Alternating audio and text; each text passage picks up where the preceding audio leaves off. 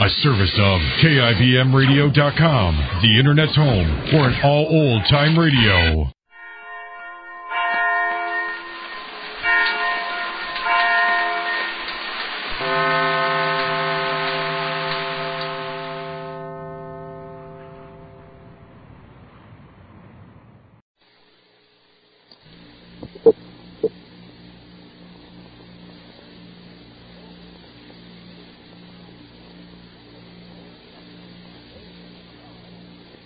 Yes, it's the Goldbergs. Well, it's quiz time, ladies. Time for our Wash Day quiz, and today we have two contestants for Wash Day honors, Mrs. Smith and Mrs. Jones. Are you ready for your questions, ladies? Yes, sir. All right. Well, now, Mrs. Jones, you're first. Tell me, how many kinds of wash do you have each wash day? Well, I usually separate my wash into three kinds. The heavy work shirts and overalls, and then the white pieces, and next the rayon undies and the fussy colored wash. Fine. Well, now, Mrs. Smith, here's your question.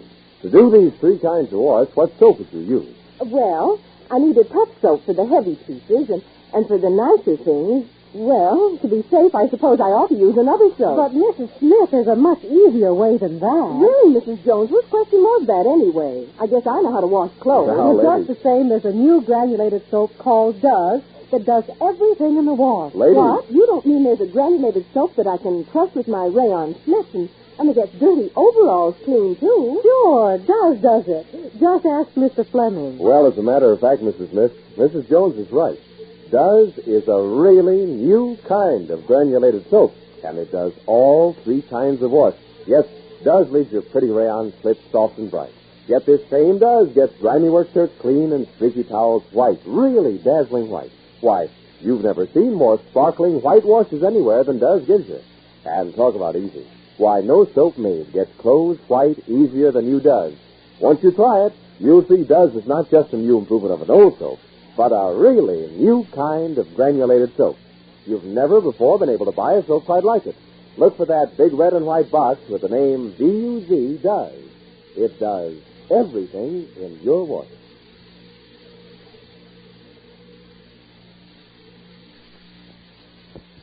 And now, the Goldbergs. Well, if there ever was a frenzy of excitement, that frenzy is now blowing full force at the Goldbergs. Chris and Orianne are back married, and Molly is satisfied and happy.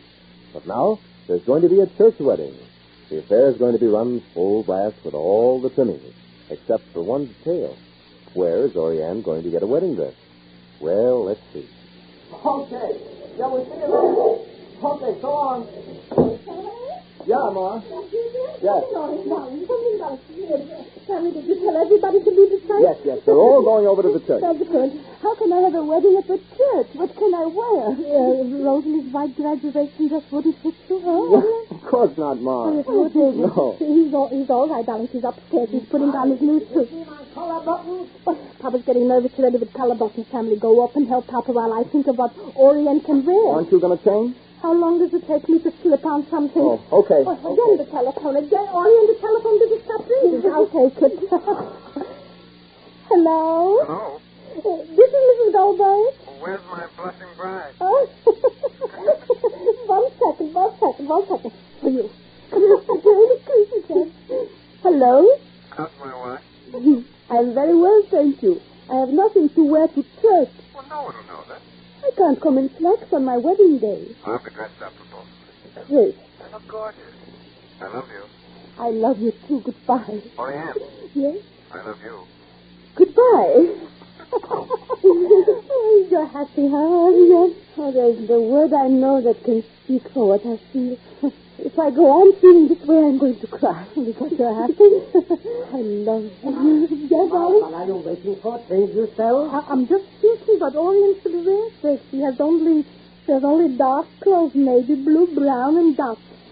And nothing from Rosie will Rosie fit her? will be a little short, I think, Jake. Say, dear. Yeah? Say, dear, what did we did with that satin? That eggshell satin you were going to make something in your showroom.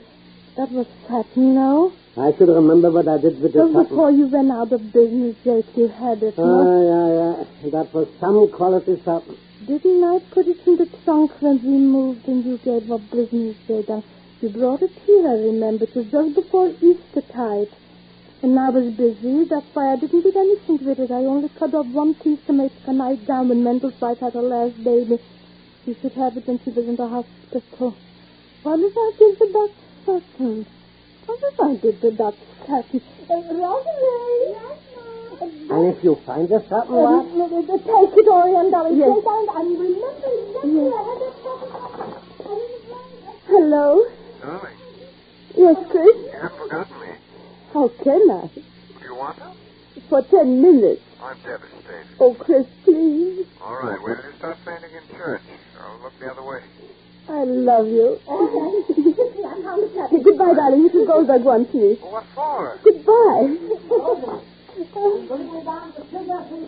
And a needle and cotton. You hear, dear? Quickly, Orion. I'd better put more lights on her, Jake, darling. You'll need more lights, huh? Lend the light, please. No, Rosie. Give me the satin over here, Jake, darling. Here.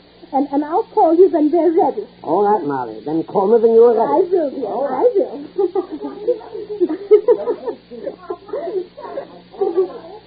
What I'm going to do is going to braid the satin. We're going to braid the satin on you, Orion. Oh, Mrs. Goldberg. You don't know Mr. Goldberg, Orion. That was Mr. Goldberg's business.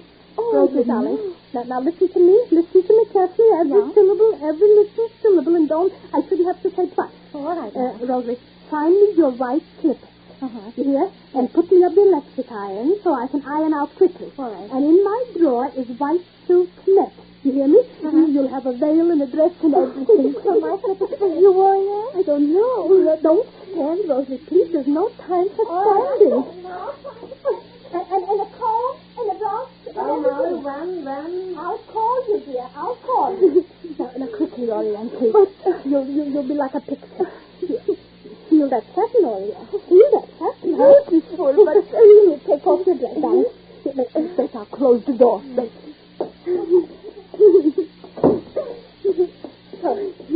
Let me help you, darling. All right. Wait, let me help you, darling. Yes. Now hold it here. Yes. Hold it over here. That's right. And I'll hold it here. So, and Mr. Goldberg will do the draping. I won't show how he did that on a model. You should see. Like that with the whole dress. Beautiful. So it's all right, Orion, darling. Your slip is like a dress. Don't be bashful, darling. You're so silly. What do you feel silly? Ready? Yes, but all right. Now, come. Yes. All right, yes, dear. Have you got things, Molly? I have everything, darling. Everything. So. Wait. What did I do with my glasses? I'm sorry these slippers. Can I put them on now? I think so. I'll help you. Yes? But Orion, don't bend, darling. So, they're not too big? No. Fine? Yes, fine. Now, wait. My scissors, please. The scissors, please. Papa, scissors. Here, darling. And Rosalie, bring down the looking glass so Ori can see herself. Now, wait. Now, Orion, please. Yes. Stand straight. Okay. Don't swoop. Don't shoot. Let me see. Turn. Turn.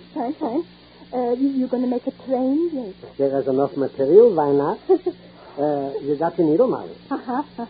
Now, then make a strong stitch here. So, just Right here, yeah. Now, just a minute. Here, you want the strong stitch? Now, catch it right. Tight. I'll catch it tight right Now, here. now, Orion. Turn. Yes. Then. Yes. Now, Molly, I want another tack here. Show me, darling. Right. That's right here. Now, you. Right here, make another tack. So. Now, and Molly, Yeah? you stand over there and look about the legs. Look at the legs. Just I'll see the legs. Wait, I'll see the legs. All right. Jane, darling, touch it a little bit, a little on the side, a little bit on the side, and just keep. Yeah. I think, you want it ankle-ish? I think it's the ankle or below the ankle. Maybe to the floor, Jake, it's better. Mm-hmm. Yes, to the floor better. Yeah. That'd be to the floor. Mm-hmm. Yes. Oh, beautiful. Beautiful. Oh, No, wait. Turn, Orion. Turn. Jay, darling, I think, excuse me the suggestion, I think, Jay, darling, if you'll take this satin, Put it here. Just like that will make a tree. I think so. Huh? Yeah, right. All right. Oh, just that drape on the shoulder looks just like little sleeves. Yeah. Now, turn slowly. Slowly, Orion. Slowly. Now, don't walk around me, please. I just want to put the mirror here, Paul. All right, Rosie, don't make Papa nervous. He's got to consecrate. Now, stand straight, please. Mm-hmm. Now, can you stitch this hem in a hurry, Molly? Right now. I can start on one side more, and you can start on the other. Big stitches? Anytime. All right. What are you going to do with that, dear darling? At first, Uh-huh. that will be the train of the dress. Uh-huh. Wonderful. Beautiful. You want me to help you cut, Yeah. Not for nothing did I give my lifeblood to my dress business. Tighten off, is it? Mr. Goldbergs, it's beautiful. Now, give me the net. Thread my needle for me, please, Rosalie. All right, now. I'll just drape it soft. All right, now, start hemming, Rosalie. I will, now. It looks so beautiful. It's beautiful. Now, Orion, now, point. Well, he's bumping into the phone now. Don't move. I'll take it. Orion, don't move. I'll take it. Mr. Goldbergs will take it. Hello? You can't talk to her now. What is that? Goodbye. Mr. Goldberg, I just want to I'm sorry. Don't be a tyrant. I have to let her know that I'm sorry. But I wanted... But I'm sorry. Only please. I'm sorry. Tell us to leave us at the church. We'll see you at the church. Goodbye.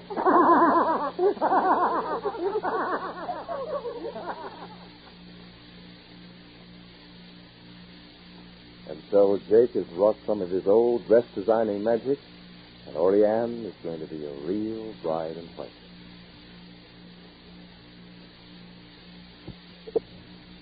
Well, here's a lady who writes that she's tired of washing dishes with halfway soap. Yep, she's tired of bar soaps because they don't have real speed, and those tough granulated soaps because they're short on gentleness for her hands.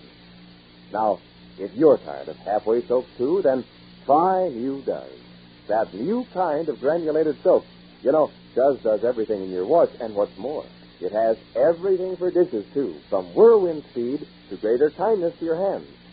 Just notice how wonderfully soft and smooth your hands feel after doing dishes with Does. Actually, Does is the only leading granulated laundry soap to treat your hands with such extra gentleness. Yet, Does can't be beat by any soap for speedy dishwashing. Why, it cuts even roasting pan grease without any hard scouring. Remember, you can tell the difference in Does right in the suds. Just try Does today. It has everything for dishes. And be sure to listen to the next episode of The Goldbergs. Jake has wrought some of his old magic. And next time, the wedding is celebrated as it should be, and Molly stands by, watching her handiwork with joy. This is James Fleming saying goodbye for Procter & Gamble, the makers of Does, the new kind of granulated soap for all three kinds of washing.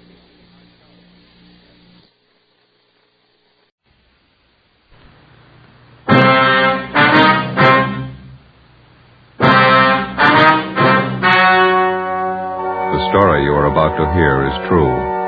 Only the names have been changed to protect the innocent.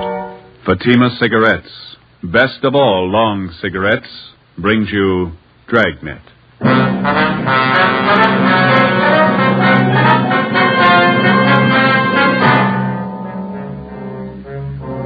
You're a detective sergeant.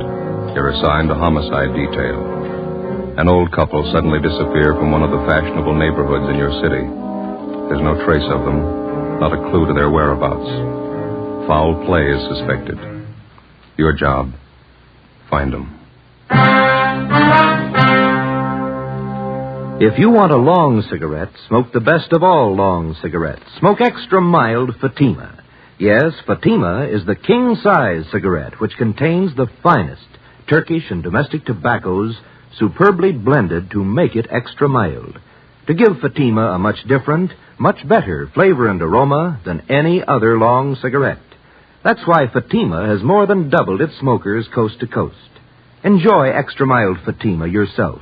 Best of all, long cigarettes. It's wise to smoke extra mild Fatima. It's wise to smoke extra mild Fatima.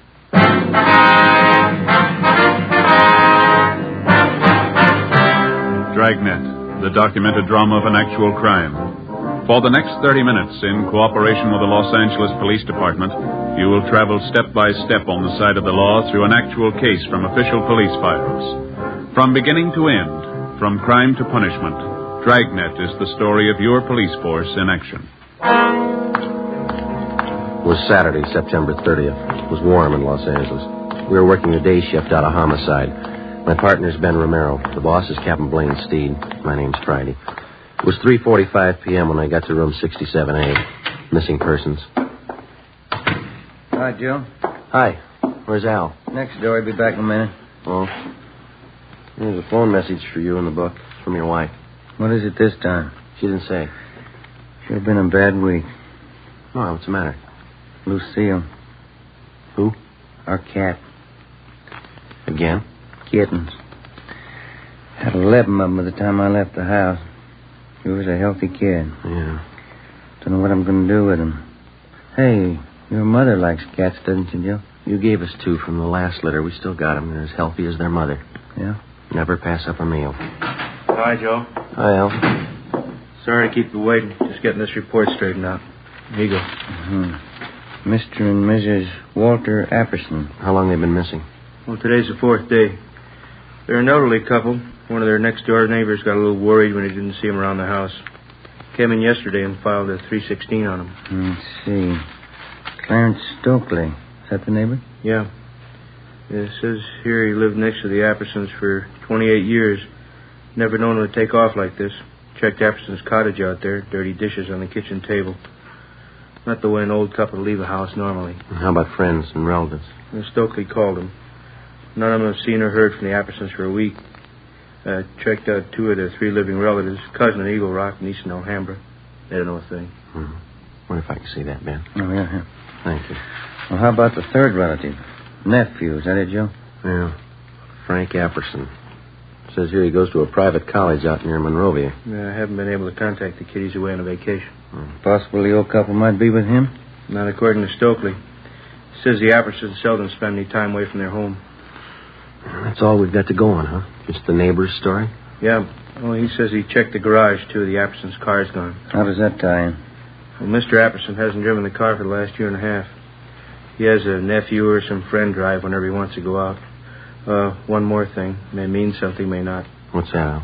Mrs. Apperson's an invalid. Yeah? She hasn't left the neighborhood in 10 years.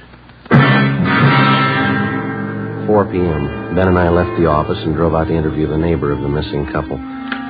After checking at his home, we finally located him at his place of business, a small barber shop at the corner of 54th Street and Maxford Place. The chipped gold lettering on the window read, Jim Dandy Tonsorial Parlor. Smaller lettering in the right-hand corner of the window read, Proprietor Clarence Stokely. Except for a man in a white barber's smock sitting in the first chair, the shop was empty. How do, gentlemen? Hi. You Clarence Stokely? That's right. Police officers, Mr. Stokely. I'd like to talk to you about the missing persons report you filed yesterday. Oh, yes. Glad to help. You found out anything yet? You know the Appersons pretty well, do you, Mr. Stokely? 28 years. Sure worried about Walter and Kate. Never known them to do anything like this. Say, I couldn't be of service to you, could I? I just had a haircut a few days ago. How about you, Joe? Looks like you could stand a trim.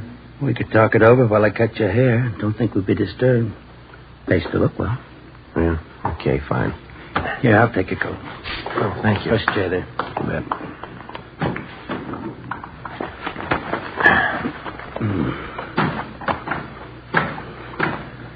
Mr. and Mrs. Apperson didn't mention anything about going away on a trip, did they? Not a word. That's what makes it so strange. Now, let me fix this around your neck here. Oh, yeah, thanks. Play cards with them twice a week, usually. Katie Apperson's a fine whist player. Want me to take some off the sides here, officer? Yeah, please. Not too much, though. When did you first notice the Appersons weren't home? Tuesday night. We thought we might go over and play some cards. I see. Is that enough off right here, officer? Let me see. Yeah, that's fine. How is it you waited until yesterday to report the Appersons missing? Wife and I are great friends of Walt and Katie's, but it's certainly none of our business if they want to go off for a few days. Uh-huh. Besides, we thought if anything was wrong, Buzz would have said something. Who is Buzz? Anderson's nephew, Bud. Name's Frank, but everybody calls him Buzz. I thought he was away at school, a place out near Monrovia. Yeah, Stanley College, private school. And he only stays there part of the time.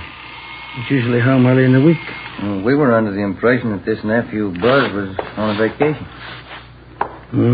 That's so. That's the first I've heard. Funny, Walt and Katie would have told us. Oop, that bull? No, that's all right. That's Skipper's little dog. Head down. You think the nephew might account for the Apperson's car being missing? You think he might have taken it on his vacation? Possible, I guess, but I think Walt would have mentioned it.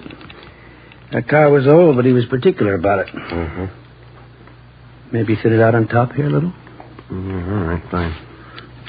Do you know the nephew at all? Pretty well. Nice young fellow. He got along with his aunt and uncle all right, did he? Yes, indeed. Buzz loved them both. Do you have any idea where the Appersons might be, Mr. Stolfy? No, I don't. Neither does my wife. That's why we called you people. We don't mean to be Badinsky's, but we're worried. Maybe just a little more off the top, officer? No, I think it's fine. It's okay. You have no idea where we might find the nephew, Buzz? Not if he's away on vacation. Might check with the school. Buzz might have gone off with a couple of his friends. A little something to dampen that down? Yeah, fine.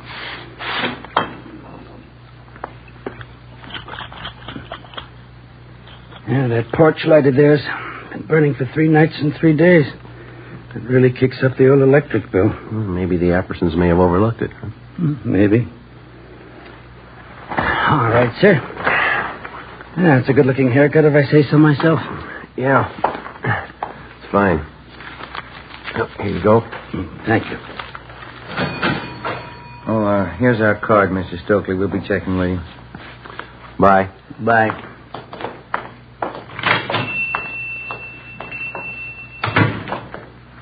Can I borrow your comb? Barbara never combs your hair right. That's not going to help you. Huh? It's the way he cut it. What do you mean? He put the part on the other side.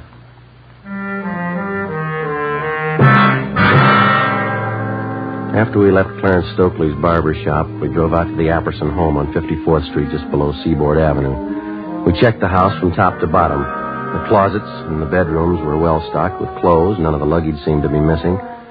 In the basement, back on one of the cupboard shelves, we found a bottle of cyanide. It was half filled.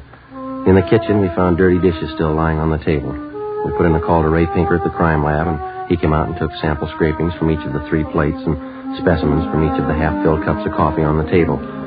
He also took along a bottle of cyanide to examine it for fingerprints.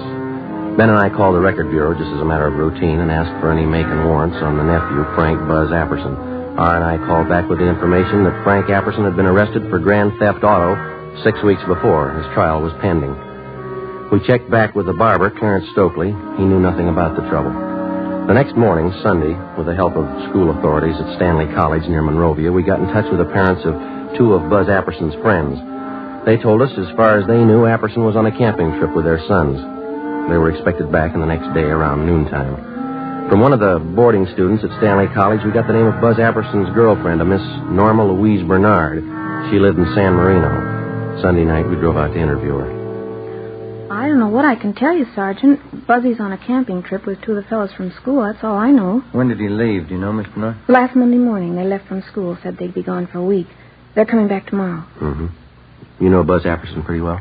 Yes, I do, as well as anyone, I guess. What is he, just a casual date?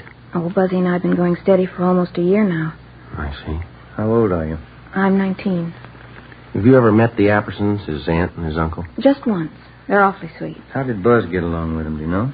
Well, fine, I guess. The only argument Buzz ever told me about was a month ago. He wanted more allowance, and his uncle said no.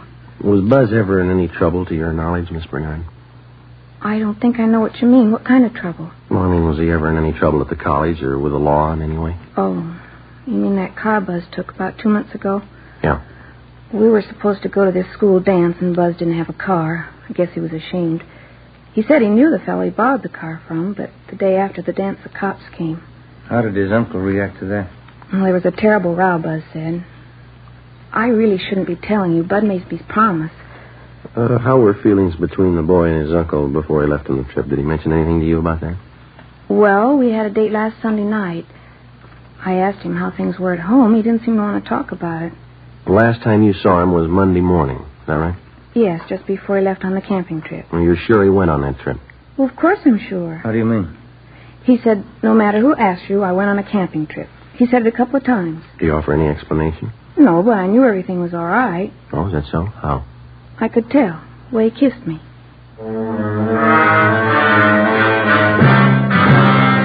The next morning, Monday, Ben and I checked with missing persons. There was no additional information on the missing couple. We phoned the barber, Clarence Stokely. He had seen or heard nothing further of Mr. and Mrs. Apperson. We went down to the bank where the Appersons had their account. And with the help of the manager, we found that 3 checks had been passed on the Apperson checking account since the previous Wednesday, a full day after the missing couple had been last seen. 1 check was for $100 and 2 for $50 each. All of them had been cashed in Los Angeles and all bore the signature Walter Apperson. After examination, it was found each signature had been carefully forged. 10:45 a.m. We went back to the office. Are you two going someplace? Oh, hi, Ray. No, just coming. You finished checking that stuff through the crime lab? Yeah. I was passing over this way. I thought I'd drop off the report for you. Got it right here. How'd it go?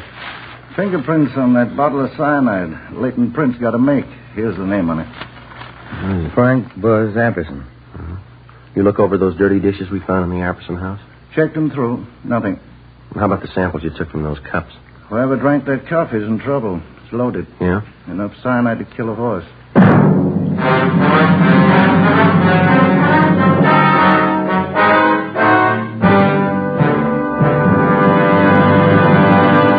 You are listening to Dragnet, the case history of a police investigation presented in the public interest by Fatima Cigarettes.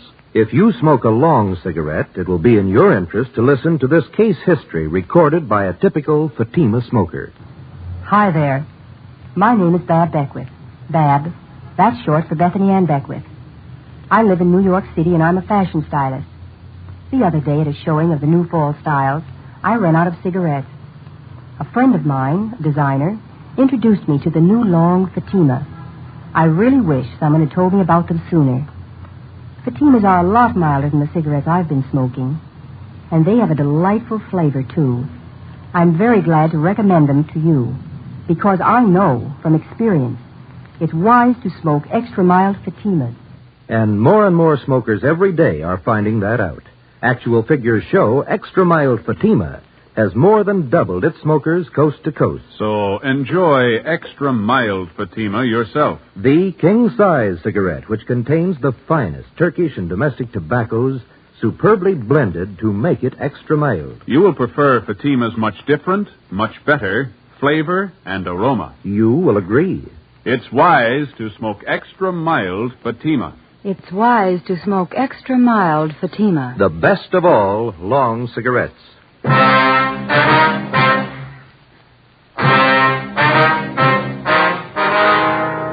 Monday, 1 p.m. We obtained a specimen of Frank Buzz Apperson's signature, and we had Don Myers in handwriting check it out against the signatures on the 3 checks. Both styles of handwriting matched in every detail. At 1:30 p.m., the parents of Buzz Apperson's 2 friends called to tell us that their sons were back from their camping trip.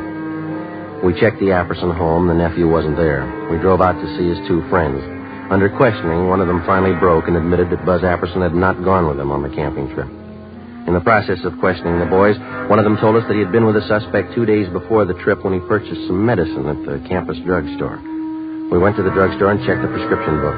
It showed Frank Buzz Apperson had purchased and signed for a bottle of cyanide 2 days before the disappearance of his aunt and uncle. Ben and I drove back to the Apperson house. When we arrived, the officers on stakeout had the boy in custody.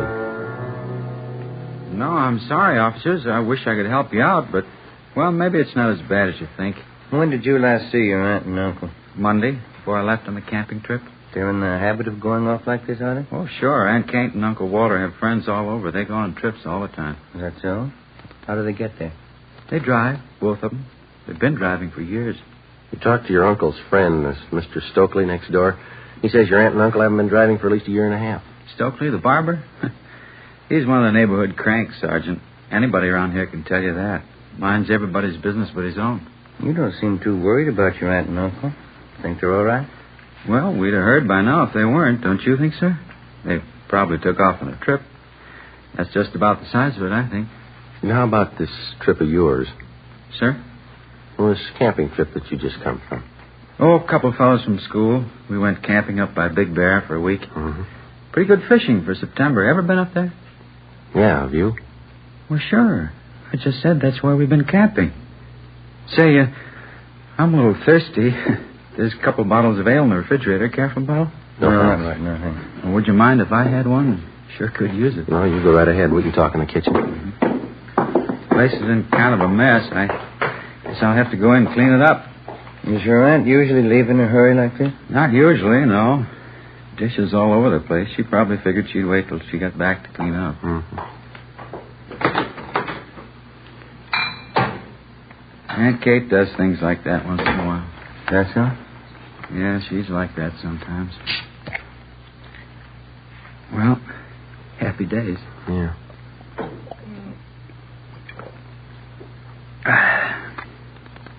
Okay, Buzz, you want to tell us? Where are they? Your aunt and uncle, what happened? Say, I don't think I know what you're talking about. What's the trouble? Come on, Buzz. You know what the trouble is. Let's have a straight story. It's going to save a lot of time. Sir? We can draw it out as long as you like. It'll be a lot easier if you cooperate. Look, I don't know what you're thinking, Sergeant, but whatever it is, I don't understand you. What are you getting at? Something's happened to your aunt and uncle, and we're pretty sure you know what it is. Well, how could I? I've been away on this camping trip. You've been away, but not on a camping trip. Sir? We've checked you out from the day you came to live with your aunt and uncle, Buzz. You're going to make us spell out the whole record for you? But I've been away. I just got back. I don't know what's happened. We found a bottle of cyanide in the basement cupboard. Your fingerprints are all over it. Well, sure, that figures. We use it for bug poison in the garden. I take care of the garden. I use it all the time. You use it in coffee? Sir? The police chemist checked what was left in 2 of the cups that were on that table there. Cyanide in both of them, enough to kill 6 people. Now, look, boy, we've talked to your neighbors, your teachers, your girlfriend, Norma, and those 2 pals you were supposed to go camping with. Now, we can drag all of them out if we have to. They're going to make a liar out of you. Sir? I think you got it the first time. Well, there couldn't be any cyanide in those cups. Why should there be? We think you can tell us that. But I can't. I don't know anything about this. I haven't any idea what you're talking about. Is this some kind of a gag? You know better than that. How about those checks, Buzz? Sir? The ones you forged your uncle's signature on. You need the money that bad? I didn't forge any checks. I was away on a camping trip. Dave and Willie were with me. They can tell you. You got in a row with your uncle. Maybe about that stolen car. Is that how it happened? It had nothing to do with it. I want to see Norma. I want to talk to Dave and Willie. They'll tell you. How about the man at the campus drugstore? Sir? The one you bought the cyanide from. You want to talk to him, too? Look, are you 2 fellas kidding me? This must be some kind of a gag, is it? Your aunt and uncle are missing. There's evidence of foul play. Now, does that sound like a joke? Well, how should I know where they are? I wasn't there. I want to talk to Norma. I want to see Dave and Willie. They'll tell you. Why don't we drive over and see him now? It's all right with us. Want to get your coat? Sure. Norma's the girl I'm engaged to. Dave and Willie are my best friends. They know everything about me. A couple of real nice guys. Think so? Sure. Well, let's go, babe. Yeah. Dave and Willie have been all through school with me. They can vouch for me. Yeah? Sure. You can take their word, too. We will. 5:50 p.m. We left the Apperson house, drove across town, and headed over the Arroyo Seco toward the home of the suspect's friend, Dave Killefer. 6:33 p.m. We took a right turn off the freeway, headed south for another mile, and finally pulled up in front of the Killefer home. Buzz Apperson's friend, Dave, met us at the front door. What's it all about, anyway, Buzz? What's the pitch? Well, that's what I want to know. Look, is this some kind of a gag you guys cooked up on me? We were on the trip, Buzz. I don't know anything about any gag. What's all this about your aunt and uncle? I don't know. That's what these officers want to find out. I'd like to have you tell us again, Dave. Was Buzz here with you on that camping trip? Sure, that's why we came over. Now, tell him about it, you know. All right, let's have it, Dave. Was he with you on that trip? These officers aren't kidding, Buzz. They want the truth. Well, tell him I was with you and Willie. We went to Big Bear. We're looking for your aunt and uncle. I'm not going to lie now. You didn't go to Big Bear with us. All right, Dave, thanks. Well, he's lying, officers. Who put you up to this stunt, Dave? They'll throw you in the jug for a gag like this. Who's behind it? You're the guy who said it was a gag. You told us to tell everybody you were up at Big Bear with Willie and me. How about leveling? What's it about? He's lying. What's it about? You've got nothing to hide. Have you? He's lying. You can tell that, can't you? Let's go talk to Willie. He'll tell you the truth. Joe? All right. Thank you, Dave. That's all. All right, Sergeant. Sure there isn't anything I can do? No, thanks. Just the same. Good night. Okay. Good night. Anybody could tell he was lying. Isn't that right, Sergeant? Well, he's your friend, Buzz. Why do you say that? Well, he was just plain lying, that's all. Couldn't you tell? No, I couldn't. How about you, Ben? Not me. Why would he lie, Buzz? You told us he was your pal. Some kind of a stupid gag they're pulling. The gang in the fraternity I belong to, Dave's one of them. They've done it before. I don't know why they're lying, but they are. Where's your friend Willie live? Sir? You said you wanted to drive over and have us talk to Willie? Oh, yeah. Well, where does he live? Look, would you mind very much? How's that? I got a terrible headache. Would you mind very much just driving around a while? I'd like to clear my head a little. I can't figure this thing out. All right. Why don't you roll down the window there, Buzz? Okay. Yeah. The air feels good. Sure is hot out tonight. Yeah, Been a pretty long summer, hasn't it? Yeah, it has. Say, I guess maybe we ought to forget about going over to Willie's place. He strings along with the rest. He'd probably lie, too. You said you wanted us to have a talk with him. Yeah, but I've been thinking about it. He'd only lie. It'd be better if we drove over to see Norma. That's the girl I'm engaged to. Yeah, that's what we understand. If anybody can give you a straight story, Norma can. She doesn't live far. Straight down the road here into San Marino. Yeah, we know. Oh. Sure would appreciate it if you'd drive over there. Okay. Norma can straighten this thing out. Swell girl. We're going to get married as soon as we can. Oh? Yeah. She saw me leave on that trip to Big Bear. She won't lie to you. Sure wish my aunt and uncle had left a note where they were going. All this trouble. You mind if I lay out a couple of things for you, Buzz? Now, what do you mean? When a police officer picks somebody up, he's got a good reason for it. Yeah, but Dave was lying, Sergeant. You know that. It's a lot more than what Dave had to say. Now, you've done something wrong. We don't know what exactly, but we've got an idea, and we're going to find out. You can't prove anything. I got that cyanide for the garden. We used it around the house for different things. You don't use it in coffee cups. What happened, boy? Where's your aunt and uncle? Next turn for Norma's house, up by the signal. Turn left. Yeah. Come on, Buzz. You know what happened. You're going to have to face it sooner or later. If it's not tonight, then tomorrow morning or tomorrow night or the night after. But I don't know what happened. The facts say you do, and they're not going to disappear. Now, you made the problem. It's going to stick out in front of you till you find an answer. How about it? Norma will know what to do. Wait till I talk to Norma. Why don't you stand up and face it, boy? Getting your girl mixed up in this isn't going to help. She'll know what to do. Can she find your aunt and uncle? Can she? How about the 3 checks? How about them? Can she explain those signatures that you forged? Maybe those fingerprints on the cyanide bottle. Can she help you out there? Oh, look, Buzz, I believe you. You love the girl. Do you want her mixed up in all this? We are, Joe. Okay. That's the right house, isn't it? Yeah. Yeah, that's Norma's house. All right, what's it going to be? Do we go in? She'd cry. She'd only cry. Norma thinks a lot of me. Yeah? She's a swell girl. I don't want to have to tell her. She'd only cry. Yeah. I killed my aunt and uncle. 8 p.m. Buzz Apperson directed us to drive to San Pedro to the west basin of the Los Angeles harbor. We got out of the car and followed him to the end of one of the piers. He told us his story, and we put in a call to the office. Within half an hour, a fireboat and a barge were on the scene, and a diver was sent down into the water a few yards from the edge of the pier. We stood by and watched. Buzz Apperson, Ben, and I. I put quite a bit of cyanide in the coffee. I had to be sure. How'd you manage to get both of them in the car? I waited till way after dark, and then I dragged them out. Drove down to the end of the pier right here. Put the car in low. It went over. Right where the diver went down. Just this end of the barge. All right. Lay those lines up there. Here's the first one. You better stand back there. Yeah. Watch it. Okay, sir. Let's go.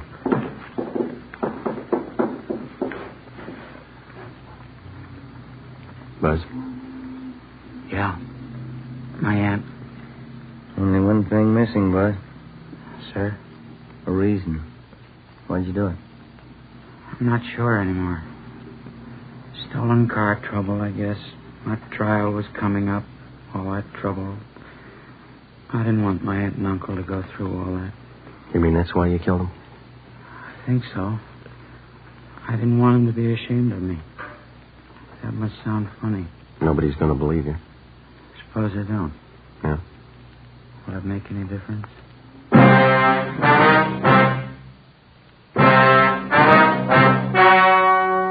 The story you have just heard was true. Only the names were changed to protect the innocent.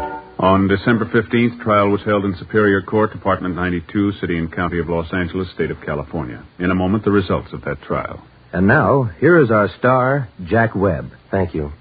To successfully prosecute a criminal suspect, the working detective gathers all available physical evidence. And in the crime lab, this evidence is carefully selected and screened to determine its worth. So with a cigarette. The makers of Fatima select and buy the finest tobaccos, both Turkish and domestic. And then these tobaccos are skillfully blended to make Fatima extra mild. Best of all, long cigarettes. Pack after pack, they're extra mild. Now, if you're a long cigarette smoker like I am, smoke Fatima.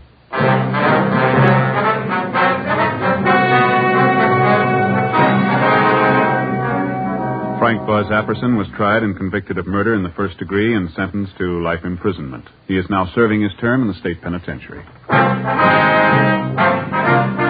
You have just heard Dragnet, a series of authentic cases from official files. Technical advice for Dragnet comes from the Office of Chief of Police W.H. Parker, Los Angeles Police Department. Fatima Cigarettes, the best of all long cigarettes, has brought you Dragnet from Los Angeles. Coming up, Duffy's Tavern. Be sure to hear Theater Guild Sunday on NBC.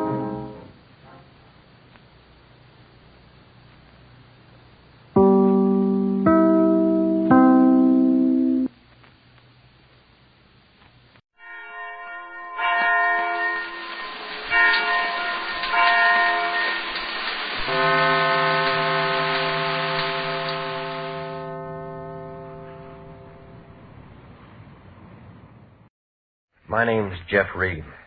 I get 10 a day in expenses from a detective bureau run by a guy named Lyon. Anthony J. Lyon. They call me the Lion's Eye.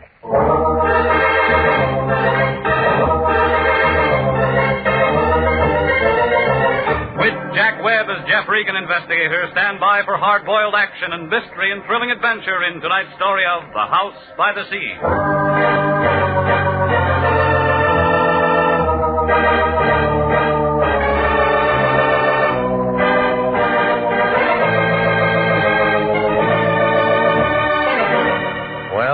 This is the way it started.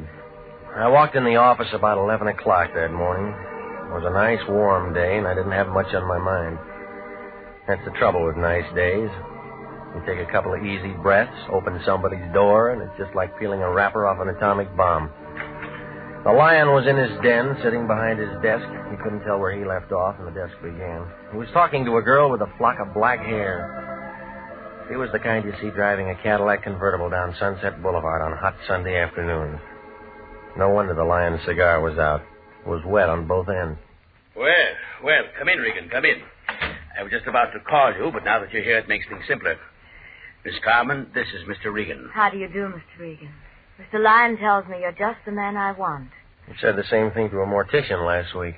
He is the man I want, Mr. Lyon. Well, that's fine, Miss Carmen. I knew you'd be pleased. I'm very proud of Jeffrey.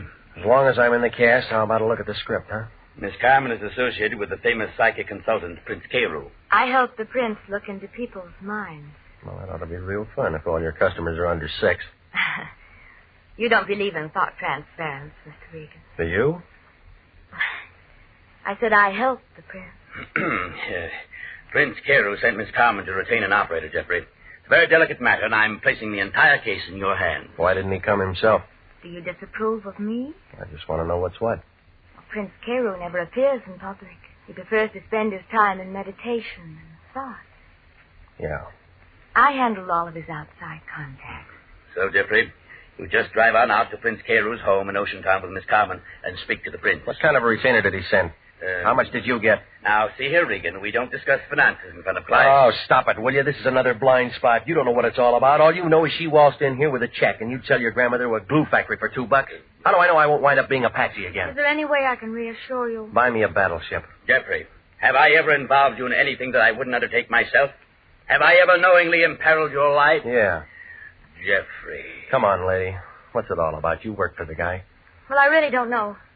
He was excited this morning, called me in, gave me this address, and told me to make arrangements. He must have told you something. He never tells me anything. As you say, I just work for him. Well? All right, I'm hired. Good, good. Now call me, Jeffrey. Call me if you run into any trouble.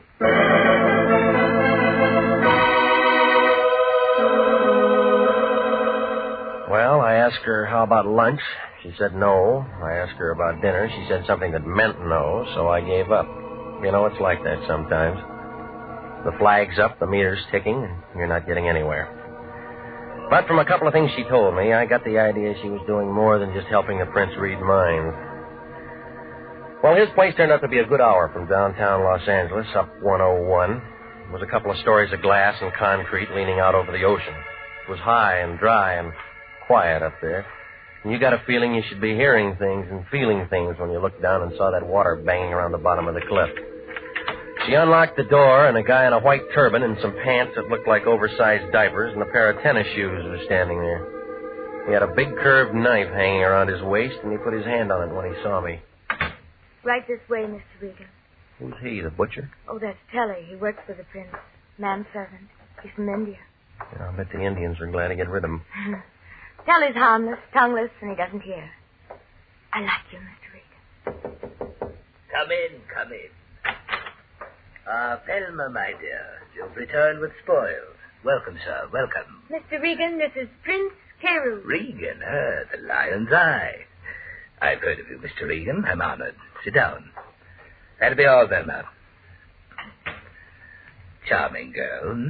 She handle all your outside contacts? Most efficiently. Except, of course, for matters that I must handle personally. What kind of matters? I'm in trouble, Mr. Regan, and I beg your assistance. Well, it's all paid for. Correct. But there's a personal bonus in this for you. Why? Because, sir, I want you to save my life. You look healthy to me. I am healthy, let me assure you. But my life has been threatened. Well, that'd come under police business, wouldn't it? Normally. Didn't Miss Carmen explain that this was a delicate matter? Yeah, she did. Why didn't you call the police? I'm hardly in a position to ask the police for assistance, Mr. Regan. It is a delicate matter. Outside it says you're a mind reader, all right? What am I thinking now? That I'm a charlatan, a faker, and that I'm trying to hide something from you. That gets you the cigar. It's been a very lucrative arrangement for the most part and very satisfactory. Except, of course, for the annoyance of having my life threatened. Who's the guy? It would be of no consequence if it were a man. It's a lady, Mr. Regan. A very beautiful and lovely creature. And she'd like nothing better than to see my carcass go out with the tide. Why does she want to kill you? A matter of confidence. Suffice it to say that she is thoroughly capable of doing just that. How do you know? One, she is erratic, ill-tempered, ruthless. Two, she called me this morning and told me what she intended to do. She giving you a chance to reach for your gun? To reach for you, Mr. Regan. What do you want me to do? I feel the entire matter could be settled amicably if you were to call on her. Inform her that you are my personal bodyguard and that you are here to protect my life. You think she'd go for that? I'm positive. How long you been blackmailing her? What? Well, your racket might last 6 months or a year, but not long enough to pay for a place like this. The answer's blackmail, isn't it? Okay. I should have told you. How do you do it? I can slip them into a trance. They spell a family secret or two. I push a buck that way. That's nice. So when the mine's red, I read 'em. $25 a parade. And shakedown. The guy's got to eat. You put the squeeze on her. She's an actress. She was in on a deal at the studios. She wouldn't shake? At first, I just told her I had to have a larger fee. Then they come out with it, cold turkey. And she said she'd blow your head off. Yeah, she's the kind. I went wrong on this one.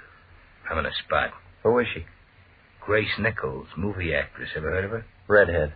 Makes you want to go home and kick your wife downstairs if you got one. That good? Better. But she means this business about pumping me. And I won't look good dead. All right, where's she live? Over in the Palisades. Here's her address. You going over there now? Yeah. Be careful. She isn't gunning for me. That isn't what I mean. There's a skinny boy there. He's nasty, no callers. Name of Tim Rogers. I'll remember that. I hope you can talk her out of it. I've been sweating. I don't want to shake her down. I just want to get a little sleep at night.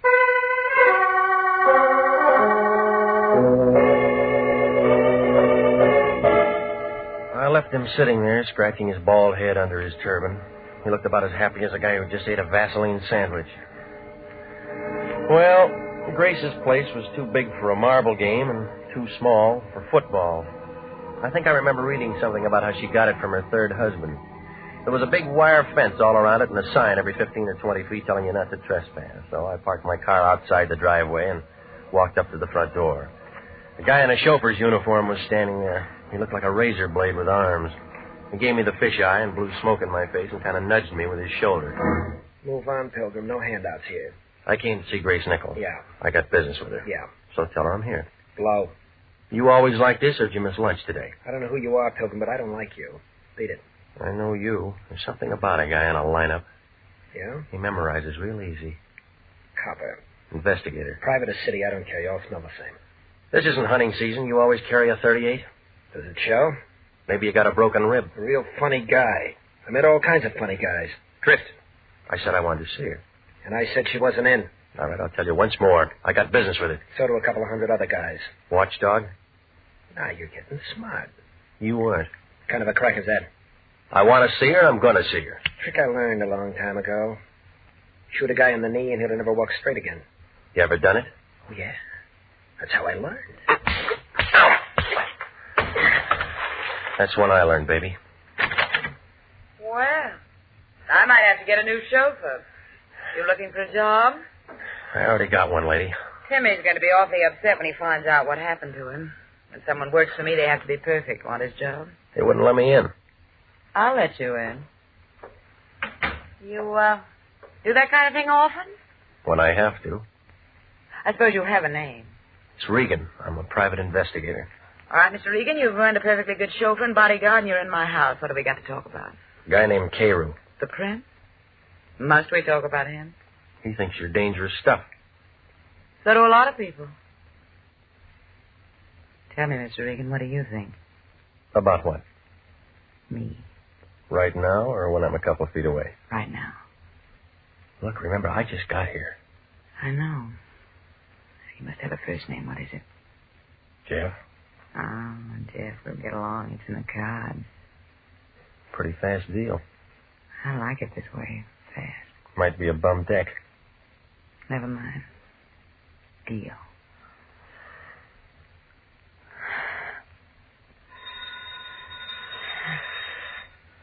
That's the bell. How much time between rounds? Well, you know me better. Hello? Yes? Yes, right here. You know a man named Lion, Jeff? Uh-huh. He seems to be roaring. Give it to me. Yeah. Regan, is that you?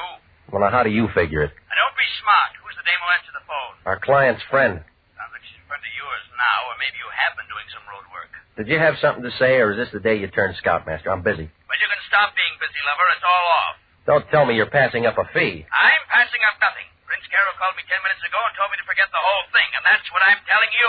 How'd you know I was here? The prince told me, so it's all over. Finished. Forget it. I've already started something. I don't care what you started. Now, just remember, you finish it on your own time and expense sheet. You look worried, Jeff. Anything I can do? I'm called off. You mean you're out of a job? I got one. Remember, you put my bodyguard out of commission. You owe me something. Oh, Tim, boy, he'll come around. I don't want Tim anymore. I want you. I'll get you a drink. We can talk about it. Carew told me that Tim was a pretty good boy. You can fill his shoes. Come here and get your drink. Now, tell me about 9 o'clock tonight. It'll get dark. I got a new dress. I think you'll like it. I probably would. The place above Malibu, we could have dinner, listen to some music. I want to be with you, Jeff. That deal's fast again. I don't care. I don't care. I just decided something, Jeff. I'm going to like being with you. I'm going to like it a lot.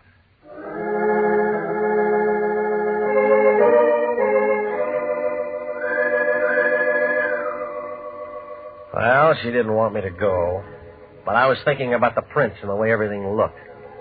I told her I'd see her that night. I was just climbing into my car when Tim Rogers, her ex-number 1 boy, stepped out from the gate. I waited for him to walk over. Pretty good with your women, Regan. You look lonely, Timmy. Somebody stole your popsicle? Bum joke, Regan. I've been waiting to talk to you. You were so quiet in the house I didn't want to make any noise. Any better here? You came out champ this afternoon. But you won't even make the prelims next time. You got something to say? Stay away from her. You're shaking. You need a drink. Stay away from her, Regan. I've been with her too long. Known her too long to take the bounce from a 2-bit gum heel. Goodbye. I'm not finished yet. That's your version. Now get your foot off that running board, punk, or I'll take it with me.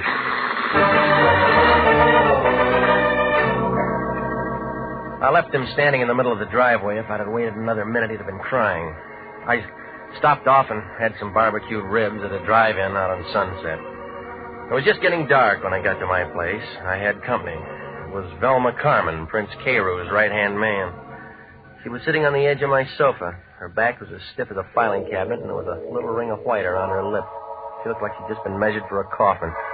There was a .25 automatic sitting in her lap. I've been waiting for you, Mr. Regan. I asked the janitor to let me in. Yeah? He was very nice about it. I told him I was associated with one of your clients. Yes, I told him I was associated with one of your clients. Did you know that Prince Carew was my husband? Since when? Oh, a long time now, a long time. Not many people know that. Is that what you came here to tell me? No. I came to tell you that you don't have to worry anymore. None of us have to worry anymore. You mean you're calling me off the case? That's it. That's exactly it. I'm calling you off the case. Yeah. Well, I've already been called off. My office phoned me when I was over at her house. First Nichols? Yeah. Then it was about her? Yeah. Well, then, we don't have to worry anymore, do we? No. She's very pretty, isn't she? I've seen her many times. I think she's quite pretty. I could hardly blame the prince. I could hardly blame him at all. What are you getting at? Of course, all the others were pretty, too. Where'd you get that gun? This. I bought it for $30. Let me see it, huh? Oh, yes. I brought it here so I could show it to you. I paid $30 for it. I paid $30. I'd imagine the air would be cleaner in there, don't you? What are you talking about? I mean, it's really very humane, they tell me. It's just like sitting down and never waking up. I've read all about it. You just walk in and sit down, and if you don't try to hold your breath, you go to sleep, don't you? You've met murderers before, Mr. Regan. Do I make a good murderer? Do I make a good murderer?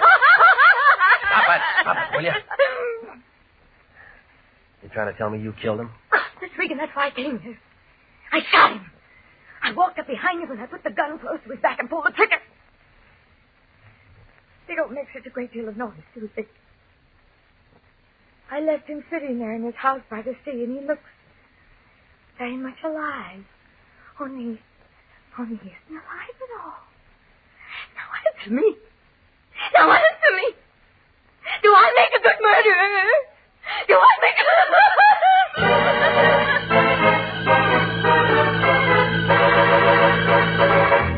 You are listening to the story of The House by the Sea, tonight's adventure with Jeff Regan, Investigator.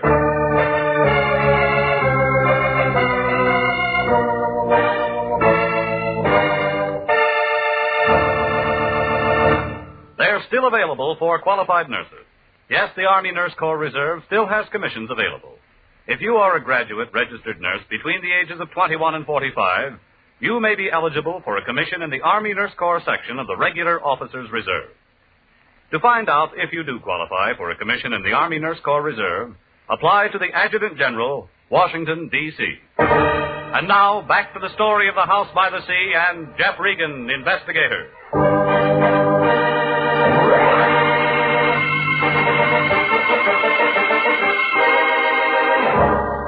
Well, after she got through, she settled down to a slow, even kind of a giggle that started somewhere around her shoelaces and didn't get past her knees. It was one of those things that gives you a feeling like somebody's standing in back of you with a red-hot iron ready to press your pants before you get them off. Well, she wasn't going to do any more talking, so I went downstairs and brought back a doctor friend of mine named Sammy Wing. He brought his little black bag with him and gave her a shot or something. She wilted like last night's orchid and went to sleep on my couch. Sammy began talking. Some playmate. Wish I'd have been here for the party. I had 4 appendectomies and 1 broken leg today. It's a dull life. How is she? You know her better than me. No, she's going to be all right. But she'll wake up in 5 or 6 hours and want some water. And then what? She might ask you what happened, or it might start all over again, whatever it was. By the way, what was it? Well, I found her here when I got home. I should find something like this. She said she killed an ex-client of mine. Oh, maybe I'm lucky at that. What does all the past tense mean? I was called off the case. Oh, nice. It's all clean, no clients to protect. Is there a corpse someplace? I don't know, Sammy. Call the police, they'll find out. And then you and me can go out and get a drink. She said she used this gun. Smell it, Sammy. It hasn't been fired. Safety catch is still on. She's pretty and she's nice, and I'll bet she looks like $1 million in a bathing suit. But if I'd have met her within the last 3 hours, I'd have run for help. Call the police. Is that professional? This is acute hysteria. The kind that pops off guns and pops off people, and there's a lot of things they can't remember later on. Call the police. What about the gun? What a gun? Call the coroner while you're at it. Tell him to go out there with some DOA forms. He'll use them. Will you stay here with her till I get back? Corpse hunt? Just an idea. Hitler had an idea. The odds were against him. You got about as much chance as a 3-legged horse in the Kentucky Derby. She's bit somebody, and she's told you about it. I want to make sure. What do they do when a private eye walks in and messes up a nice, clean murder? Sammy, will you stay? Had any bourbon around here? Yeah. Okay, take your time. Maybe both of us will get our pictures in the paper.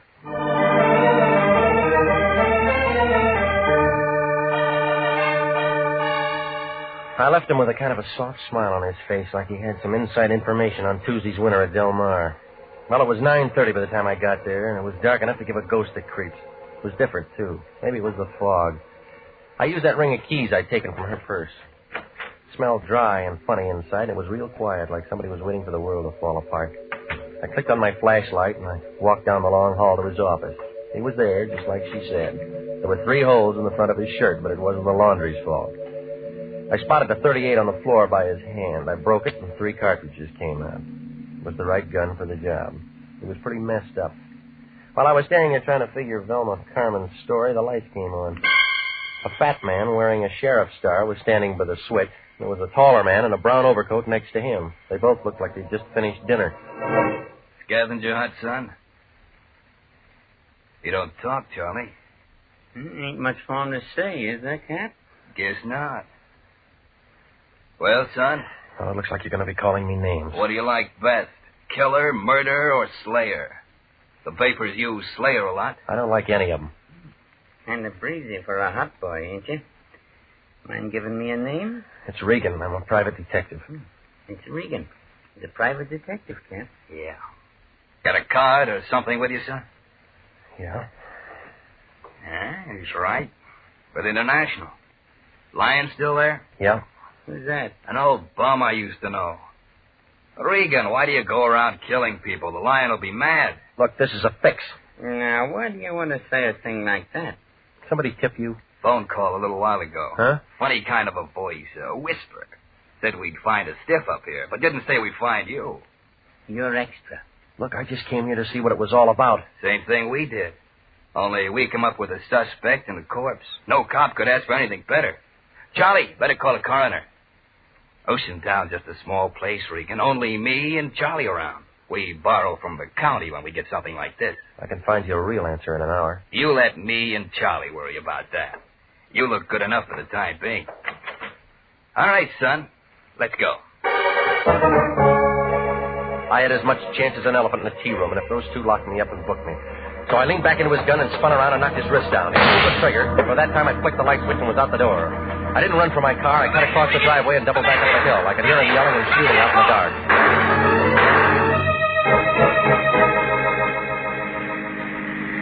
I hailed a cab about 5 blocks away, and he took me to the place above Malibu. I found her in a booth with a piano player. She was wearing one of those black strapless things, and it was worrying a couple of bald-headed guys sitting at the bar. You're late, Jeff. We said 9 o'clock. I had 3 drinks all alone. You want me to get mad, or are you going to catch up? How long you been here? You sound like you're out of the mood. I thought we were going to look at the stars together. How long you been here? It's 9 o'clock. What's the matter? I've been working tonight. Well, it's after hours now. Tell me how you like my new dress. It's the right color with the wrong cut for a funeral. I haven't read the obituaries today. It'll be in tomorrow's paper, only it'll make the front page. Have a drink? Let's wait for tomorrow. Your friend was killed tonight. What friend? Carew. He was no friend of mine. I told you that. So did he. Car smash up, or did he fall off his house? 38. We didn't talk about him this afternoon. Let's not start now. Look, 2 cops in Oceantown are kind of crowding me. They think I'm going to take a good picture. Is that why you're late? It's a murder rap, lady. We should have had dinner together. They'll be knocking down your door in the morning. Why, darling? Because you threatened to kill him, because he hired me to call you off. Oh, wait a moment, Jeff. You've been having fun up to now. Who told you that? Why do you think he sent me over today to sell magazines? I never found out you were called off. I suppose he hired you to scare me. Jeff, we're old friends now. I can tell you a family secret. I know about him blackmailing you, and that puts you ahead of me for the cops. Did you do it? I don't know. Did you? What he told you don't sound right. What does sound right? I went to him one day and put him in a trance, only I used scotch. Found out what he was doing and how I was doing it, so I turned the tables. It was good, clean fun, but expensive for him. You've been draining him? I thought that's why you came today. That's why I had Tinny around. Well, some of this is beginning to make change. If he was your meal ticket, then you got an alibi. I don't feel like stars anymore, Jeff. Let's go over to my place and talk.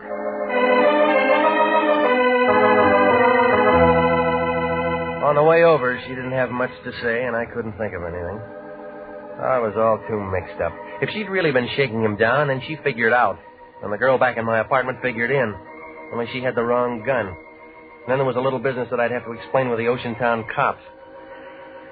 Well, when we turned in the driveway, I stopped figuring. Tim Rogers, the man with the guns, was there, standing on the porch.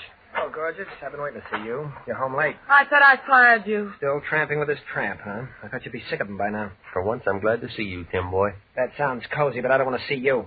I know where your 38 is. You're wrong. It's her 38. And it's got her prints on it. Jeff, he's making it look bad for me. Ask him what he's doing here, will you? Just in for a showdown, Angel. You're tagged for his murder. They'll want you. I fixed it good. I can fix it so you can get away. How? A friend of mine shoving off at Pedro. 4 o'clock. To go all over the world. Jeff, if all of this is straight, I'm in a spot. Relax. This guy never did anything right. Tell me how I'm wrong.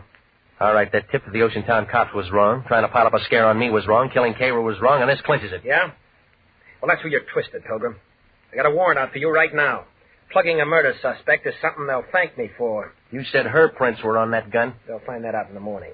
And how was I to know? Just happened to hear on the radio they were looking for you tonight. I see you, I plug you.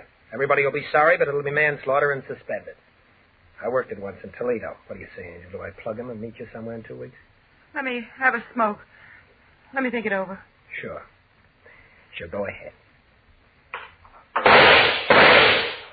Angel.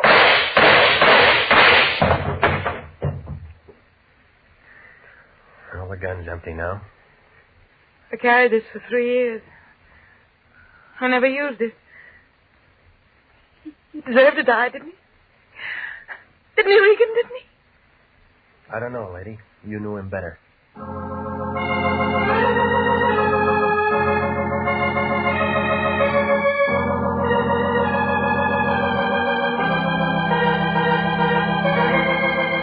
Well, it unwound like red thread in the Levi factory.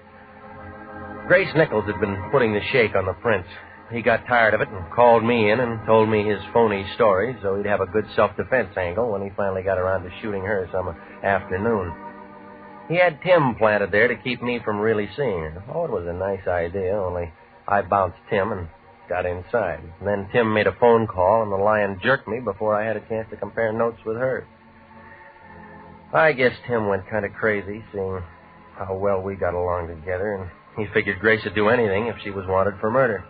So he killed the prince and made her the patsy with those fingerprints. She'd handled the gun before, see. But then I had my caller, Velma Carmen, the prince's wife. She went kind of crazy, too, when she walked in and found him dead. It took 3 doctors a couple of weeks to tell her what really happened. When I told it all to the lion, he was mad at first, but then he saw Grace Nichols' picture in the paper.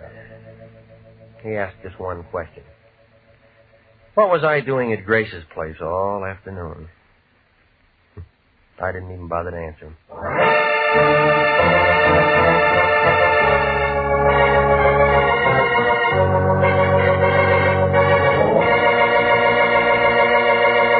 Jack Webb is featured as Jeff Regan with Wilms Herbert as Anthony J. Lyon. It's CBS same time next week for hard-boiled action and mystery with Jeff Regan, Investigator. Written by E. Jack Newman, produced by Sterling Tracy. The role of Grace Nichols was played by Betty Lou Gerson, David Ellis was Tim Rogers, Lorene Tuttle was Velma Carmen, and Marvin Miller was Prince Carew. 29,000 nurses are needed to join the new Army Nurse Corps Officers Reserve. 4,000 of them, if they wish, may choose active duty.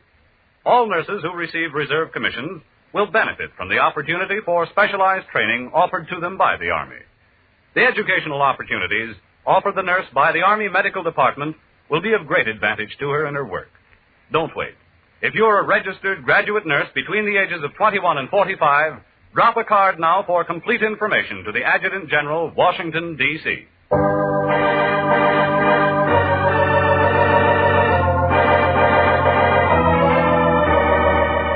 Original music for this program is by Dick Arant. Jeff Regan, Investigator, is heard every Saturday at 9:30 over CBS. Bob Stevenson speaking. This is CBS, the Columbia Broadcasting System.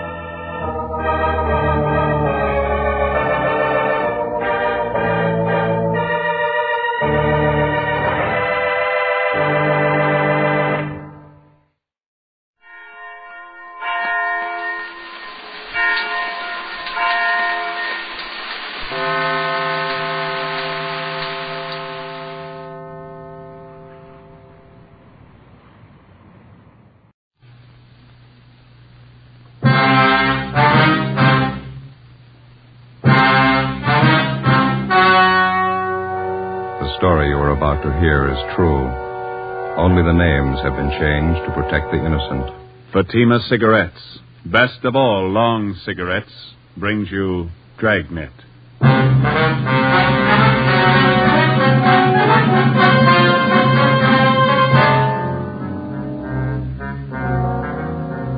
You're a detective sergeant. You're assigned to robbery detail. A small bakery shop in your city is held up. A man and his daughter are shot down without reason. Your job, get him. If you want a long cigarette, smoke the best of all long cigarettes. Smoke extra mild Fatima. Yes, Fatima is the king-size cigarette which contains the finest Turkish and domestic tobaccos superbly blended to make it extra mild, to give Fatima a much different, much better flavor and aroma than any other long cigarette. That's why Fatima has more than doubled its smokers coast to coast. Enjoy extra mild Fatima yourself. Best of all, long cigarettes. It's wise to smoke extra mild Fatima. It's wise to smoke extra mild Fatima.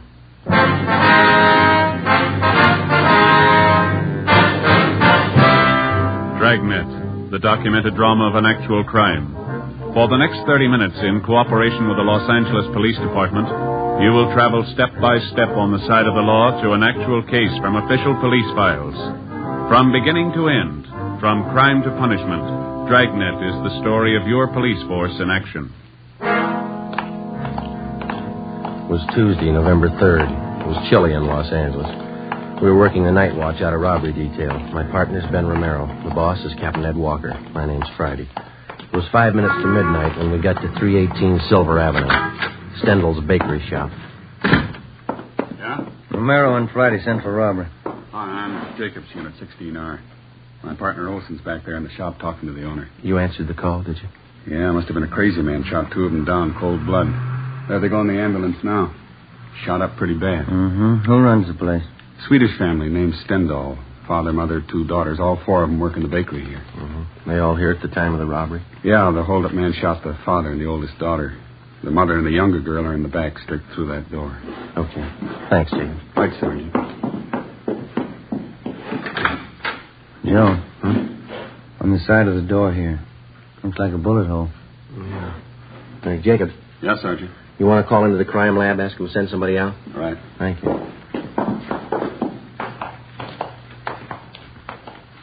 Hi. You Olson? That's right. Romero and Friday, Central Robbery. Oh, how are you? These are two of the victims, Mrs. Signey Stendal. The girl's her daughter, name's Jennifer. Any other witnesses? Not so far. Neighborhood around here is pretty deserted this time of night. Hold-up man made a fast getaway. And two people who were shot. What kind of shape are they in? The father, Mr. Stendal, he's got a bullet wound in the right shoulder. Older daughter's a lot worse. Her name's June. 19 years old. Shot 4 or 5 times through the stomach. Mm-hmm. You want to stand by? Right, yeah. Okay. Mrs. Stendal, we're from robbery detail. Ja, how do you do? How do you do? Jenny, var snäll och se ansiktsplats för herrarna. 2 stolar. Yes, Mama. You will excuse me for not getting up, officer. I don't feel so well. That's perfectly all right, ma'am. Chair for you, officer. Well, thank you. I'll get it. Thank you very much. You and your daughter here were in the front of the bakery shop at the time of the robbery. Is that right, Miss Stendal? No. Jenny was back here with her father. That's Lars, my husband. Uni and I were in the shop in front. Oh, who were you with, ma'am? Uni and I. Joe? Mama means June, my older sister. She calls her June. Yeah, June. Oh, yeah. Do you mind telling us what happened? Well, June and I was scrubbing the floor of the shop. Every Tuesday night we scrubbed the floor of the shop. Then this man came in and pointed a gun. He wanted our money. About what time did he come in? 11:15, 11:20. I don't remember for certain. He wanted our money and I gave it to him. How much was that, ma'am? Jenny, du vet. Hur många pengar var det förresten? $24. Yeah, $24. Just the paper money. He took it and put it in his pocket. June, my daughter, she started to cry. The man hit her. She cried some more. Then Lars and Jenny came running from the back. Yes, ma'am. The man pointed the gun. He made Lars and me and Jenny stand against that wall. But not June. He took hold of her. Jenny, hur ser du det? Den vägen din mannen, han var där. June... It was getting fresh with her, Mama. The man tried to get fresh with June, officers. June hit him. He tried to drag her out the door with... Yeah, Jenny hit him. Hit him good. And he went like that, threw her against the counter and pushed June down. Crazy man. Crazy look. He kicked her. Mm-hmm. Then Lars, my husband, he ran at the man. He heard the gun loud. And Lars fell down. And I screamed. Yeah. Jenny screamed. I turned and I saw the man standing over June. He pointed the gun down at her. Yes, ma'am. Crazy look on him. He kept shooting her 4, maybe 5 times. June screamed. She kept screaming. The man ran out the door. It's all right now, Miss Stendal. Had either one of you ever seen this man before? No. Neither did I. Would you know him if you saw him again? Yeah, I think so. I would, officer. I got a good look at him.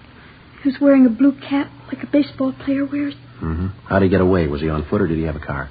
Nobody followed him, but After he left, I heard a car start up down the block, and then it drove away. Do you have anything else to add, Mrs. Stendhal? I hope you catch the man. He's bad. Please catch him. Yes, ma'am. We're going to try. Jenny, var snäll att ge mig Nichols ifrån kassen. Yes, Mom.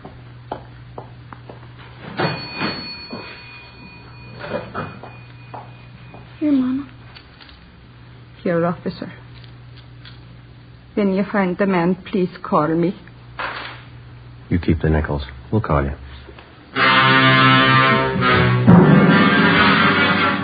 Before we left the scene of the robbery and shooting, Mrs. Stendhal and her daughter gave us their description of the hold-up man, together with the clothing he wore. The suspect had no outstanding physical characteristics that they'd noticed. The only thing unusual about his clothing was that he wore what appeared to be a baseball cap at the time of the hold-up. She described the cap as light blue with a visor. Together with Officers Bechtel and Lopez from Central Robbery, we canvassed the immediate neighborhood for other possible witnesses. We found none. The next morning, we went out to the hospital. The condition of the older daughter, June, was critical. We interviewed the father. He could tell us nothing. At 10 a.m., Mrs. Stendhal and her younger girl, Jenny, were brought to the office, and we started them looking through mug books of parolees previously convicted of armed robbery. Within 2 hours, both of them positively identified the picture of a recent San Quentin release as that of the hold-up man. His name was Harold Best. We started a quick rundown. You pulled the package on it? Yeah, here's the dope. Harold Best. Alias Harold Norris, alias Harold Thompson, alias Tom Norris. One term for armed robbery in Q. Got out 4 months ago. Ammo and description both match. How about the ex-con files? You checking? He's registered. Did you get a hold of his parole officer? Yeah, 2440 Excelsior Avenue, Rubin. Well, that checks with the ex-con files. Parole officer says Best went to work 2 weeks ago at a filling station over on Vermont. Yeah? Doesn't seem to be able to hold a job. Quarrelsome, run himself into debt. I got it. Robbery, Romero. Yeah, right. That's all, huh? Yeah. Right, bye. Ray Pinker at the crime lab. They checked the slugs taken from the 2 victims. Yeah? They came from a .32 caliber revolver. Probably a Colt. Mm-hmm. Anything else? That's it. Not too bad a start. We've had worse. Yeah. Maybe we can make that phone call pretty quick. 2 p.m. Wednesday. Ben and I drove out to his rooming house at 2440 Excelsior Avenue, and we found that Herbert Best was still living there. We had the landlady show us his room. Besides the usual personal belongings, we came across nothing of consequence. After questioning the landlady, we drove to the service station on Vermont Avenue, where Best was supposed to be employed.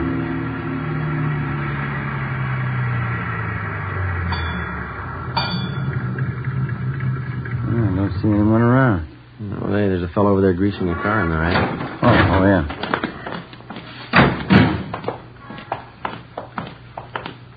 That looks like Best. Mm-hmm. Hey, fella. You. Al? Can you tell us if there's a Herbert Best working here? Sure, I'm him. Why?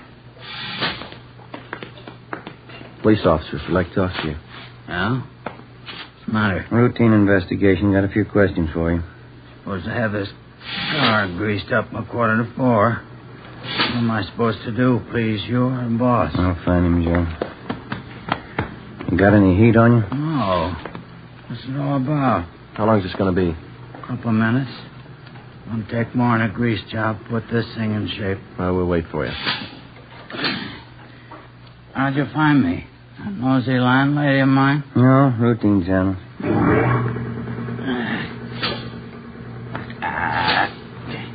Every fettin' on this trap is froze. Piece of junk. Well, what's it all about? Got a few things to straighten out, Best. How long you been working here? Well, you didn't drive out here for that. That's not your game. What's the pitch? Routine investigation. We'd like to know where you've been spending your nights. For instance?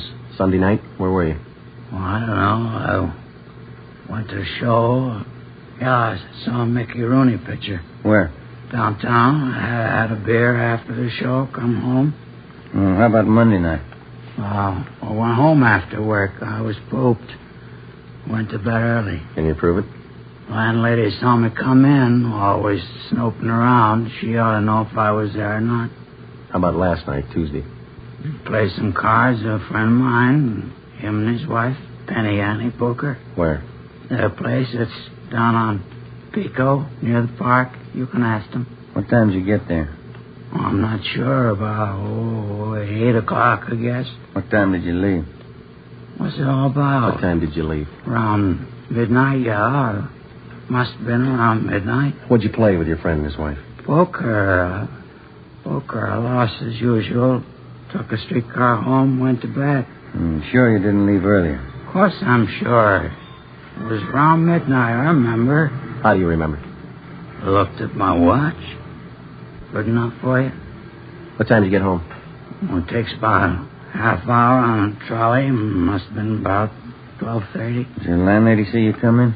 I don't know if she saw me or not. Always snooped around. Probably did. You're not sure? No, of course I'm not sure. She looks for me. I don't look for her. You own a gun, Best? You know better than that, copper. Ex-cons can't have a gun. Your friend and his wife. Now, they're going to back you up if you were playing cards with them till midnight? Why not? I was. Say, there's a boss looking for me. I better let him know I'm here. Just a minute, Best. Yeah? What's that you got in your back pocket there? Huh? In your back pocket, the right one there. Oh, this? Yeah. Baseball cap. Why? 4 p.m. Ben and I checked the suspect's locker at the service station and then drove him back to the office to the interrogation room. We continued questioning him. He denied any knowledge of the holdup and shooting at Stendhal's bakery shop the night before. We asked him again about the friends he was supposed to be playing cards with at the time of the robbery. He told us that they lived over on Pico, but he couldn't remember the address. He volunteered to direct us there, but he said they wouldn't be home. He told us their names were Mr. and Mrs. Clyde Mitchell, and that they were in charge of the food concessions at one of the football stadiums in town. Best was held for suspicion of robbery. That night, we drove out and interviewed the landlady at his boarding house. She knew nothing of Best's whereabouts the previous night. She didn't know what time he left or what time he returned. Ben and I went over his room again. There was no sign of a gun. Friday, 2 p.m. Officers Bechtel and Lopez went out to the hospital to see if Mr. Stendhal and his daughter June could identify Best's mugshot. Ben and I drove out to the stadium to locate Mr. and Mrs. Clyde Mitchell. There was a high school football game going on. High school kids sure have a lot of fun nowadays. Best years of your life, Joe. Well, you sound like you're 85. Some nights I feel like it. The way those kids turn out for these things, you'd think USC and Notre Dame were playing. You see the number on that gate over there? Yeah, it's 23. Is that the number the gatekeeper gave me? Yeah. Must be the Mitchell stand over there. Come on.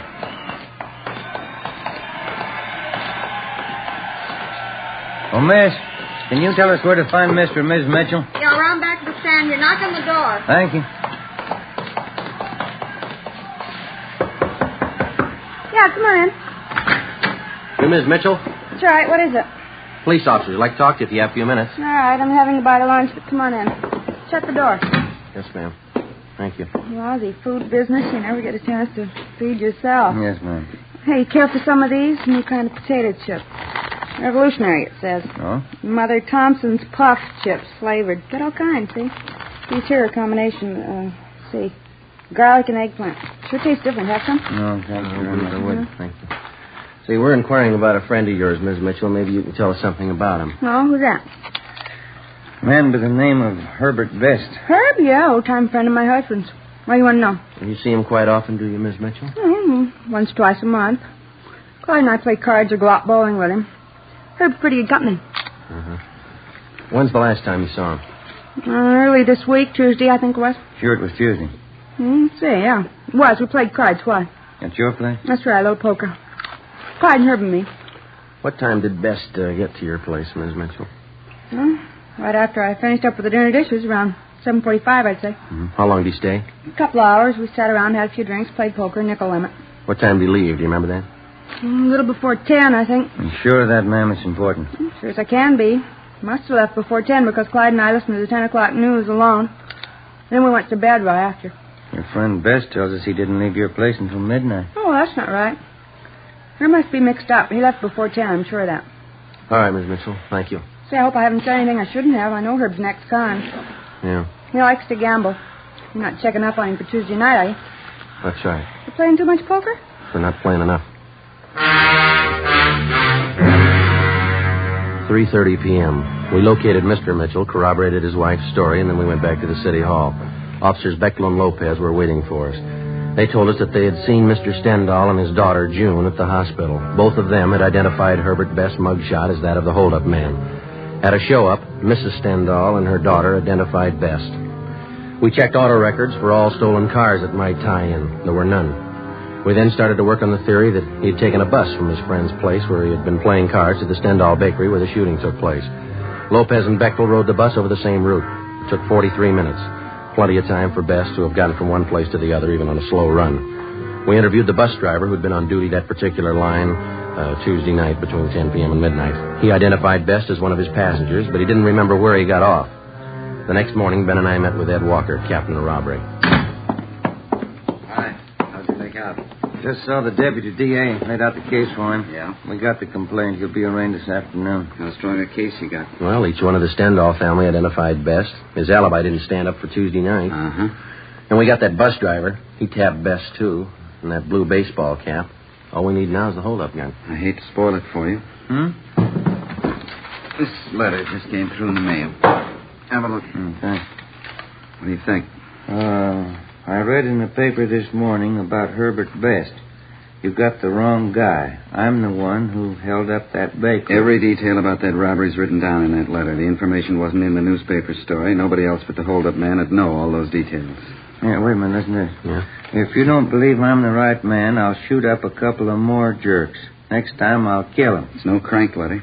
No, it isn't. You got the wrong man.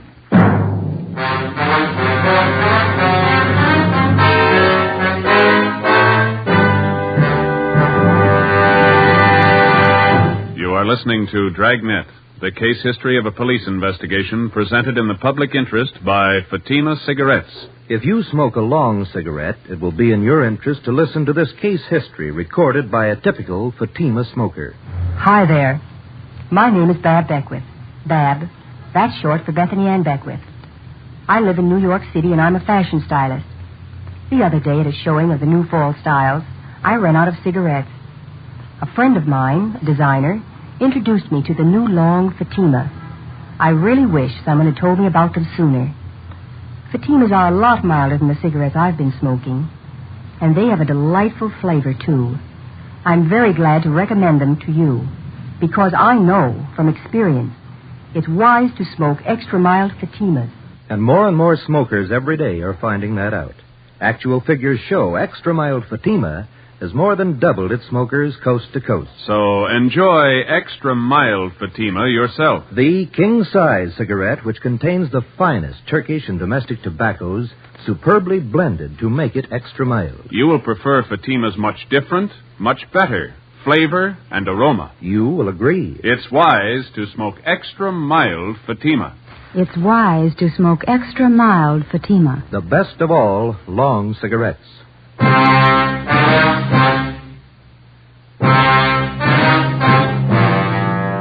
After we received the anonymous letter in the mail confessing to the Stendhal bakery holdup, we met with the deputy district attorney. We acquainted him with the new facts in the case. That afternoon, the charges against Herbert Best were dropped. We started again at the beginning. 10 a.m. Monday, November 9th. The members of the Stendhal family were again shown mug books of ex-cons with robbery records.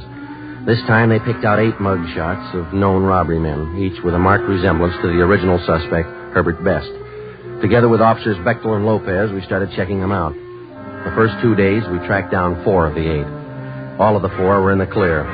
5:15 p.m., we got back to the city hall, the carpool. See any empty spots, Joe? No, but don't park it in any one of the city councilman's stalls. Yeah, I might get sore. Well, why don't you pull up here? Boyd will take care of it. Yeah, okay. That's good right here.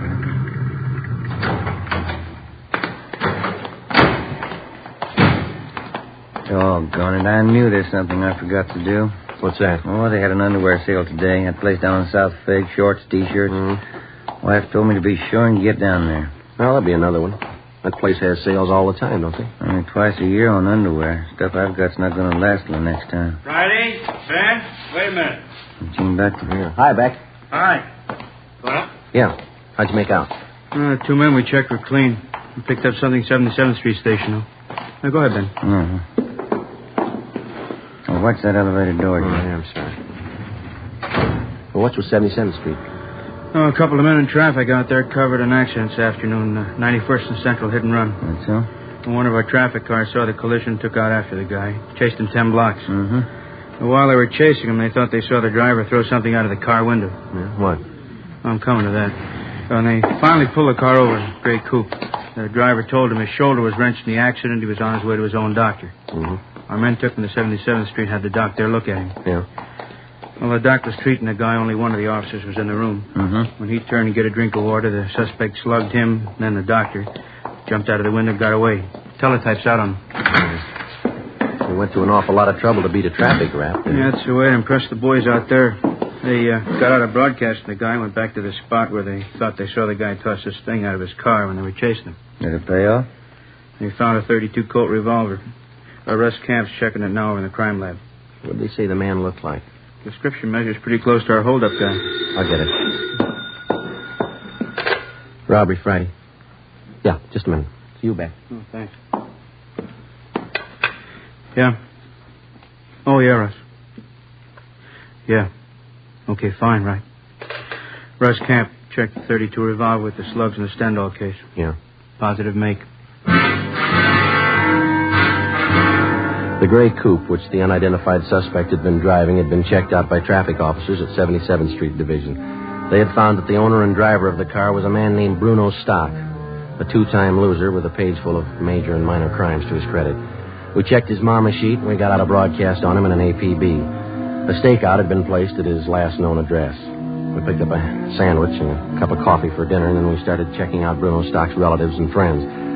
By 6 o'clock the following night, we still had no idea where he was. A little after 9 p.m., we got a call from an informant who told us that a Tommy Josephson, a small-time thief and reputedly a friend of Bruno Stock's, wanted to talk to us. We found him in a small apartment over on West 6th. One thing I want to set you straight on. Bruno's no friend of mine. He's in on the heavy rackets. No heavy racket man's a friend of mine. All right, we got it. Now where's Bruno? He came here tonight, 6:15. Moved right in on me. Didn't even ask me. What do you want with you? Now, you remember, Bruno's no friend of mine. Yeah, we got that. Now, what do you want? A gun. He knew I had one. I keep it for self-protection. You can't trust these heavy men. Did you give him the gun? Give it to him. He took it. Shook me down like a rat. Made me go out and buy dinner for him. My own dough. Have to bring it back here for him. Yeah.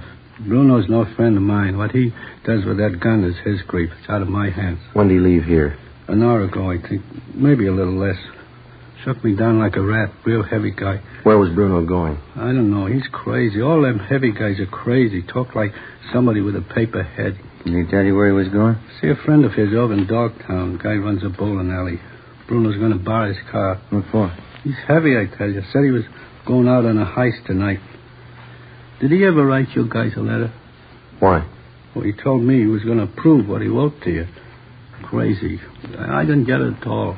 Yeah. Said he was going out to kill a couple of jerks.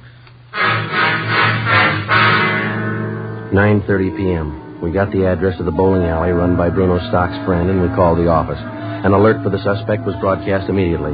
Together with Gene Bechtel and Lopez, we drove to the bowling alley. Ben and I went in. Bechtel and Lopez covered the outside. It's a good crowd. I wonder where they do business. I don't see any counter. No, neither do I. Oh, yeah. There it is. Way over in the corner. Oh, yeah. There's nobody behind the cash register. How about that fellow in the white T-shirt standing by the cigarette machine? Yeah, looks like he works here. Let's go. Joe, guy with him. Just turned towards Bruno, us. come on. He sees us. He's going for the back. All right, you, let's hold it up. Come on. He ducked in there to the right, Joe. Down behind the alley. Hold it up, Stock. The window, Joe. He went right through it. Come on. Here. There he is. Get out.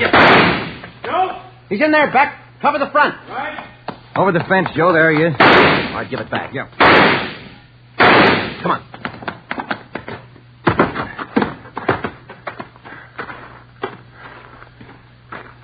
You see? No.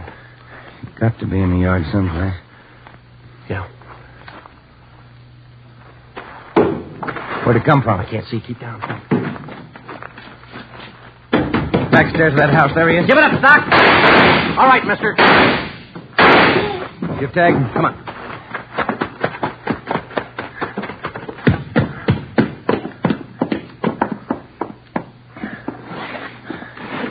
What's it look like? Wait a minute.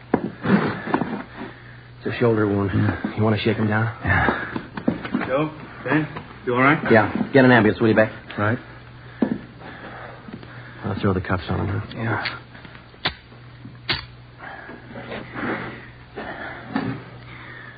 Well, that's it, Joe. Yeah. Where you going? I got a phone call to make.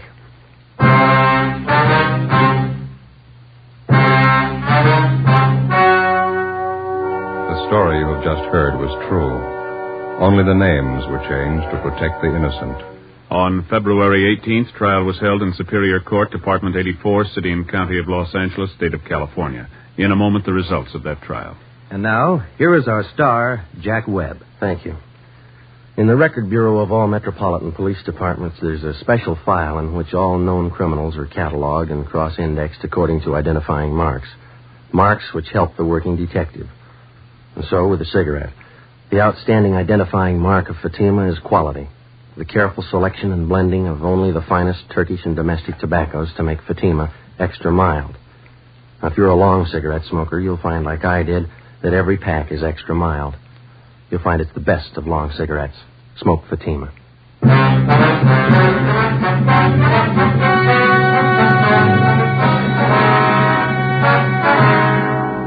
Bruno Alfred Stock was tried and convicted of first-degree robbery and assault with intent to commit murder, 2 counts. Because of his prior convictions, he was adjudged an habitual criminal and sentenced to a life imprisonment. He is now serving his term in the state penitentiary. You have just heard Dragnet, a series of authentic cases from official files. Technical advice for Dragnet comes from the Office of Chief of Police W.H. Parker, Los Angeles Police Department. Fatima Cigarettes, the best of all long cigarettes, has brought you Dragnet from Los Angeles. Coming up, Duffy's Tavern. Next Tuesday, it's Fibber McGee on NBC.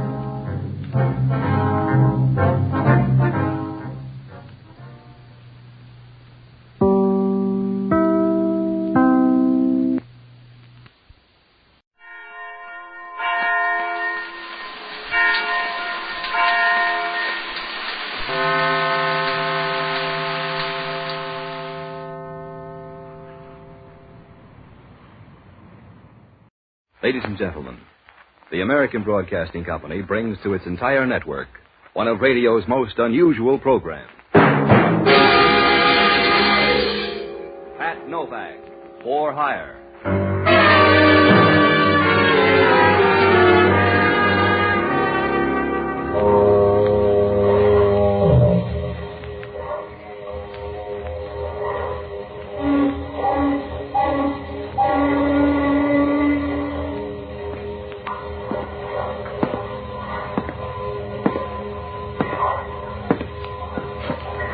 Sure. I'm Pat Novak.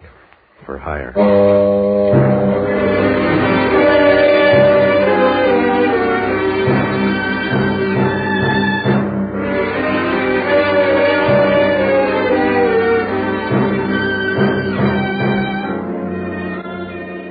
That's what the sign out in front of my office says.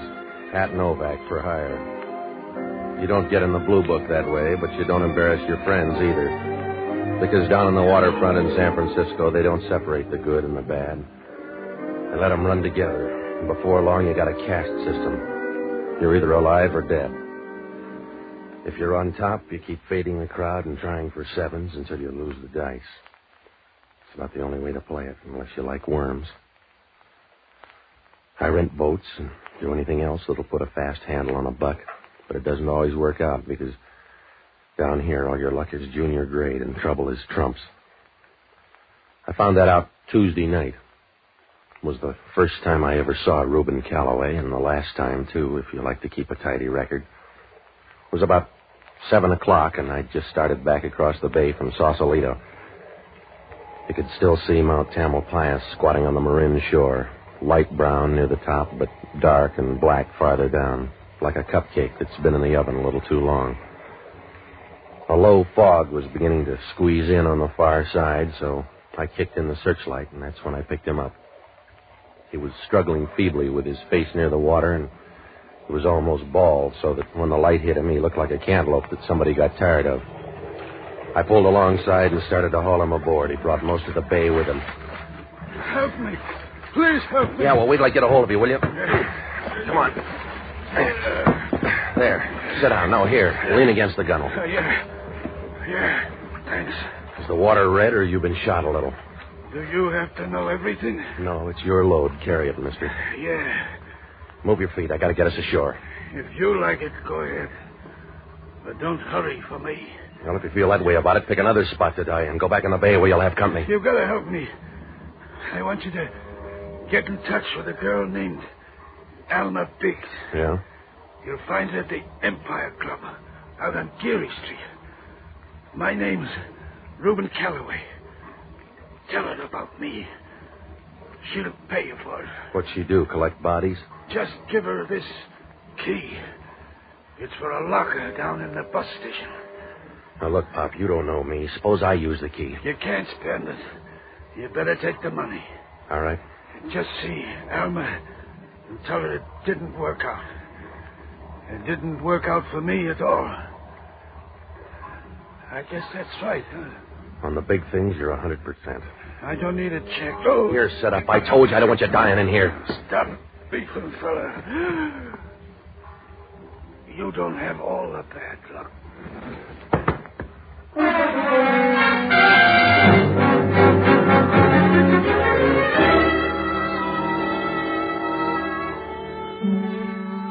They must have sent a fast chariot because when I leaned over, the guy was dead. And he was working hard at it, too. He was a skinny little guy, all bent up and twisted in the bottom of the boat like an old paper clip. It wouldn't do any good to straighten him out because he wasn't going to sleep easy. His eyes were open and rolling around at the sky as if he was on the make for a star. And the skin hung loose around his face so that when you touched it, it felt like an empty baked potato. I pushed him into a corner and started for Pier 19. When I got there, I hauled him on the dock and went down to call homicide. Must have been about 8:30 when I took a cab out to the Empire Club. It was a gambling joint out on Geary Street where they cut their whiskey and cards in different rooms. I asked the guy at the window if he knew Alma Biggs, and he pointed her out by the roulette table. She was wearing a white satin evening gown, and as I walked up behind her, I noticed she moved in rhythm with the roulette wheel. It was interesting. If it had been a merry-go-round, they'd have pinched her. I squeezed in next to her at the table, and I was thinking of trying it again when she started to talk. It's a tight fit. Are you sure you like it?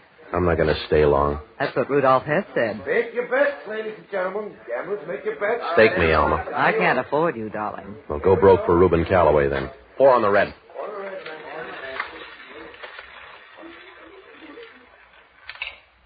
I ought to keep you for luck, darling.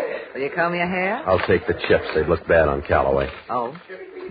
It's too crowded here. Let's find a closet. All right. Did he look pretty? For a fish, he was all right. Who are you? Pat Novak. I picked him up in the bay. He said to look you up until you didn't work out. That would please Turk. Yeah? Who's Turk? The reason it didn't work out. Is that all, Mr. Novak?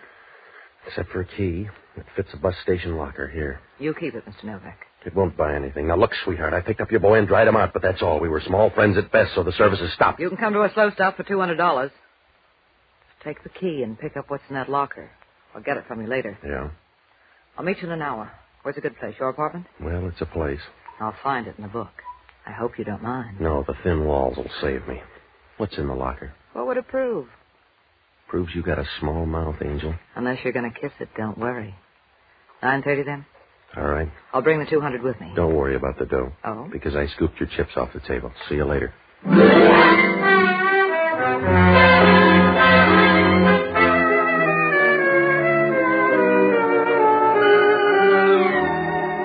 She stood there watching me as I walked over to the cashier's window. Oh, she gave you a nice warm feeling like a Bunsen burner in the middle of your back. And as she stood there in the center of the floor smiling, you knew she could turn a glacier into a steam bath at 400 yards. A nice little mouse that made you want to go home and test all the old traps. Well, I cashed in her chips, and the boy at the window shoved out 200 rocks in a pained look as if he'd just handed over his right lung. I got a cab and rode down to the bus station at 7th and Market. There were a few people sitting at the counter and a couple of old men on the benches waiting for somebody to get up and leave the funny papers. I went over near the wall and opened up the locker. It was a long trip for a small package. It was a square manila envelope, and there was an address up in the corner. Rubin Callaway, photographer. I squeezed the envelope, and it felt like photographs, but I wasn't sure. I started to close the locker when I turned, and then I tumbled for the first time. It's like getting a drop of rain on your hand before you ever look up at the sky. The two of them were standing over by the cigar counter watching me. A guy with a heavy overcoat and a little small guy about the size of a hangnail. It wouldn't do any good to sit down because I knew they'd stay until somebody condemned the building, so I walked past them out onto the street. There was a cab standing right in front. Cab, mister? Yeah. Swing up toward the St. Francis, will you? Yeah, Now, look, you're going to be tailed, so brush up on your alleys. if you like it that way. Hey, you were supposed to take a left there on Mission. I got a license. Where's yours? I told you to double back over Market. Look, get out and walk if you don't like it. I've been bought, mister. Oh, my two friends. That's right. You should have come first. I ought to part your hair. You got more chance with them. Here we are. Where you going? You like alleys, that's what you're going to get. Yeah. Take it easy, fella. You're not going anywhere. You were nice while you lasted. Take it easy. You better walk up a wall. They'll block the alley. See?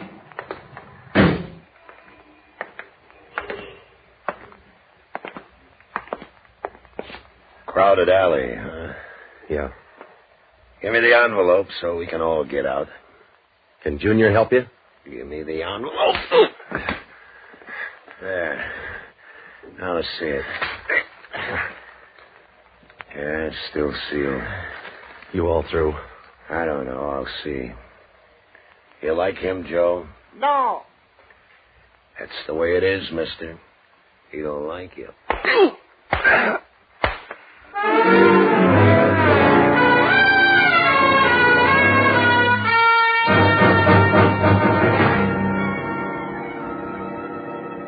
I slid down like an old sock on a bony leg. I rolled over a couple of times and tried to stand up, but it wasn't easy. You might as well try to find a hair in a bowl of chop suey. Well, it began to rain, and I figured it'd be easier to float out to the street, so I went to sleep. When I woke up, the rain hadn't helped the alley much. It's like washing your kid's face and finding out he was ugly to start with. The mud had washed up against the walls, and there was a thick, sour smell, and down the alley across the street there was a part of a sign sticking out that said Eats. And that isn't what you felt like at all. I started groping around to get up, and my hand hit the pictures. They were scattered all over like clothes in a boarding school. I picked them up and started for the street. On the way up in the cab, I got a chance to look at them, and they didn't make sense. There were 6 of them, and they were all just about the same, a bunch of mob scenes of that fire over in Oakland. I didn't have time to figure it out because the cab pulled up in front of the St. Francis, and I went in to call Alma Biggs and tell her the party was off. Part of that alley must have come with me, because when I walked into the lobby, the doorman looked at me as if I'd just blown up a nunnery. I tried the number once, but nobody answered. I decided to wait 20 minutes and call again. That was a mistake, because I just got in the booth and started to dial, and somebody started rapping on the door with a nickel. It was Hellman from Homicide. Hello, Novak. Come on out. You can't get a date in that suit. What do you want, Hellman? Come on out. You're a hard man to find. Well, you don't look in the right places. I'm a family man. Tell me about the dead guy. I don't know, Hellman. He died in my boat. That's all I know. He didn't say anything? Just sentimental stuff. His name's Rubin Callaway. Somebody threw him in the bay without instructions. I don't know a thing about him except he takes pictures. Yeah? Oh, wipe off the drool. They're not your kind. Who are his friends? He's got new ones by now. I don't know, Hellman. How about that guy up in your couch? Huh? I just left your place. How about that guy on the couch? There's a gal up there, but that's all. Does she wear suspenders? Huh? Then take my word, it's a man. And you're going to tell me he's dead, Hellman. No, I'm not going to tell you he's dead, Novak. He may be a soft breather.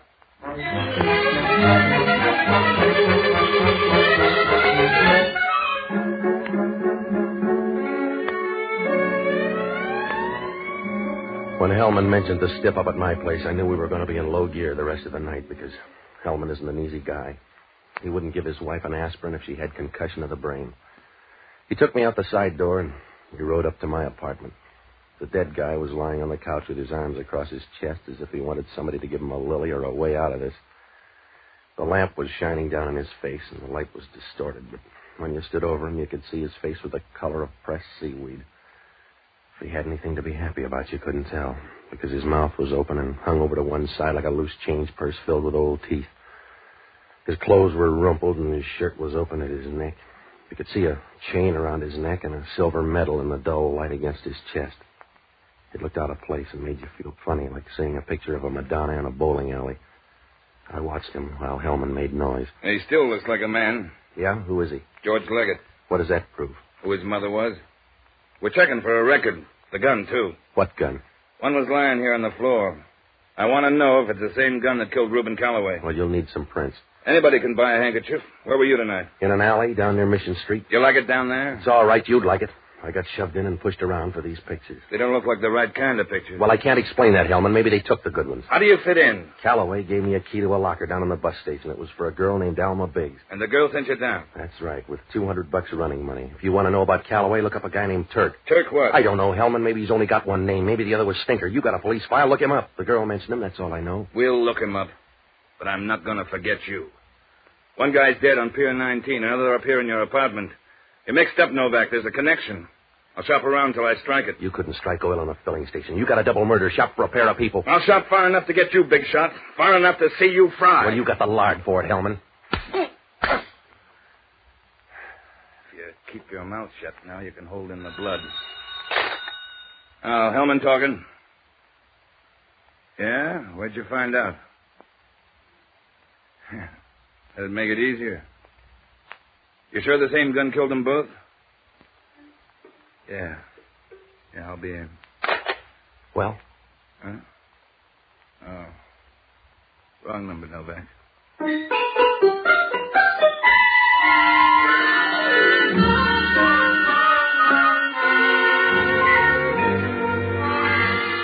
They didn't give Hellman a sense of humor. They gave him a loud laugh instead.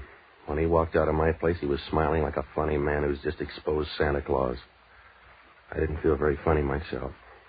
I took another look at those pictures, and I was as mixed up as a guy with a Mexican divorce. They were just ordinary pictures of a fire in Oakland. What made them so important? I was sure that Gunsel had taken some pictures, but, well, were they any different than those? And why was Alma Biggs afraid to pick them up? And who was a guy named Turk? I was full of questions, but no answers, like some guy at a peace conference. If I went over it any more, I'd be counting my toes. So I got out of there and looked up Jocko Madigan. Oh, he's a good guy, and he was a smart one, too, until he decided the only way you can get a good trade-in on hard luck is with a bottle of whiskey. I found him at Emilio's bar, patting Bill, the bartender, on the back with one hand and pouring jiggers of gin with the other. At the table down at Murray's, in the place where Louis dwells. Jocko. Ba, ba, ba. Gentlemen songsters off on a spree, doing from here to eternity. Jocko, I want to talk to you. Patsy, I'm driving a Harvard man crazy. He's at the end of the bar. Well, stop drinking and listen to me. I've got to keep on drinking, Patsy, if I want to preserve any continuity in my life, because I don't drink to forget, but rather to remember. To remember all the pleasant events of my life. There were two of them, I think. All right, Jocko. The first was a girl I met many twilights ago, and the second was a summer night in St. Louis when a bartender felt crazed with the heat and set him up on the house. Will you stop it? I'm in trouble. Memory is a blessed toy, Patsy. But you have to be careful because it can be dangerous, like giving a rifle to a small child for Christmas. It's true he can get some temporary pleasure out of it by shooting various neighbors, but sooner or later he's going to kill the only rich relative in the family. Jocko, I'm tired. And memory is the same way. So you're entitled to collect the few good ones you have. You're allowed to straighten them out and put them in order. After all, an old pool ball gets racked now and then. You all through? Yes. I've run out of memories. Hellman thinks I killed two guys 10 miles apart. Wasn't it difficult? The same murder gun. The whole thing is tied up with some pictures. In color? A guy by the name of Rubin Callaway died in my boat. He gave me a key to a locker downtown. The pictures were there. Is that one of them? Yeah, take a look. Oh, if it's a group picture, they were a very unruly family. It's the Oakland fire. 2 gunsels followed me and took some of the pictures. In the meantime, some guy got shot in my place. Everybody's after the pictures. Why? Have you seen the other pictures? No, I took an intermission. That's why you got to help. Now, you'll find Rubin Callaway's address in the phone booth. Get up there and go through his stuff, will you? It doesn't sound legal. Neither's a bum murder rap. Get up there and go through his pictures. Try to find anything that'll fit in with his set. Where are you going besides jail? I got to find a gal named Alma Biggs. Oh, you'll have trouble with a name like that. She's probably changed it. The locker key was tabbed for her, but she hired me to run her errands. Is she pretty? Yes, if you like a fast track. Now get up there, Jocko. Why can't I see her? Will you stop it, Jocko? Just get up there. Forget about her. She'd scare you to death. Yes. Well, at least I'd die hopeful. Good night, lover.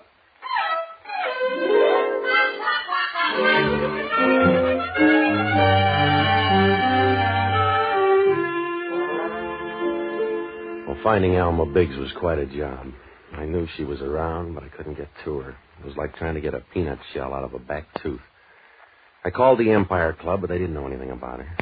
I went through all the phone books and the city directories, and I didn't get anything but a sore thumb. And I didn't do any better with the hotels. I sat in Lupo's and called them all one by one, and by 1 o'clock I knew more desk clerks than a vice squad cop, but no Alma Biggs. Finally, I went out to the Empire Club and started talking to the cabbies. About 15 minutes later, one pulled up and remembered taking a girl in a satin evening gown up to an apartment on the hill. I called Hellman and rode up there to check the names. Alma Biggs had an apartment on the 2nd floor. I knocked on the door and she didn't answer, so I tried it. The lights were out, so I closed the door and groped over to the desk. I should have noticed the draperies as I passed because they were full of people. Wait a minute. All right, now. Wait a minute, Mr. Novak. Stop breaking things. Someday you may want to mend me. Do you always sleep in the curtains? Do you always talk this long in the dark? Turn on the light. Yeah. I wanted to see who you were. George Leggett, maybe. Oh? Do you know him? We're roommates. He died on my couch tonight. Anything serious or just humdrum death? He's satisfied. What do you know about him? Well, I never heard anybody say a bad thing about him. Of course, I never heard anybody mention him. Now, look, Angel, it's late. Who's George Leggett? Why do you care? Because homicide cares. They got Callaway and Leggett back to back, and they want my skin. It's a nice skin, darling. Where are the pictures? Unless you're a social worker, you're not going to like them here. Let me see. They're not all here. Yeah, I figured that. Where are the other pictures, Patsy? In some Gonoff's album. 2 of them jumped me down near Mission Street. Who were they? We never got that friendly. Well, there couldn't have been 2 of them. Well, maybe the little guy was just window dressing, but he gave the right answers. Patsy, I think you're a liar. You're nicer than homicide. I want those pictures. You do. And I'm going to take them away from you. Well, if I had them, that's a big enough gun to do it. Get the pictures, Patsy. It's a bad time for murder, Angel. Homicide's working this week. I haven't time, Patsy. I'll push you down like a blade of grass. Get the pictures. Now, look, sweetheart, I took a job for $200. It covers a tandem murder rap and a sapping down on Mission Street, but it won't cover big talk from you. Now, put the gun away or I'll bend you hard. Don't move up when you talk. You're around behind. Come on, give it to me. Up it, Patsy. Feels good. Let it go or take the pain. Drop it. You don't have to hang on. I'm not a barbell. You're handy now. Who's Turk? Stop it. You're hurting my arm. There's a guy named Turk. I want to know who he is. You're late for that. Who is he? Go ahead, tear it off, but you'll die ignorant. Yeah. You sound blue, Novak. Oh, what do you want, Hellman? I want to give you a reason. We got the coroner's report on George Leggett. Yeah? He died in your apartment. The blood off your carpet looks good on these slides. All right, so the murderer sold me the rug. So what, Hellman? So we ran down George Leggett's record. A Detroit gunman who got out here 6 weeks ago. Yeah? He traveled for years with a guy named Turk Spaniel. Now, that's your boy. You better find him. We already have. Don't tell me he's up on the couch. He was born too soon for you. We checked with the Detroit police. What'd they say? They know all about Turk Spaniel. He was killed 9 years ago in West Detroit. But they found the guy that did it and sent him up to Lansing for life. Yeah? Yeah. He was a guy named Joe Biggs. Say hello to your girlfriend.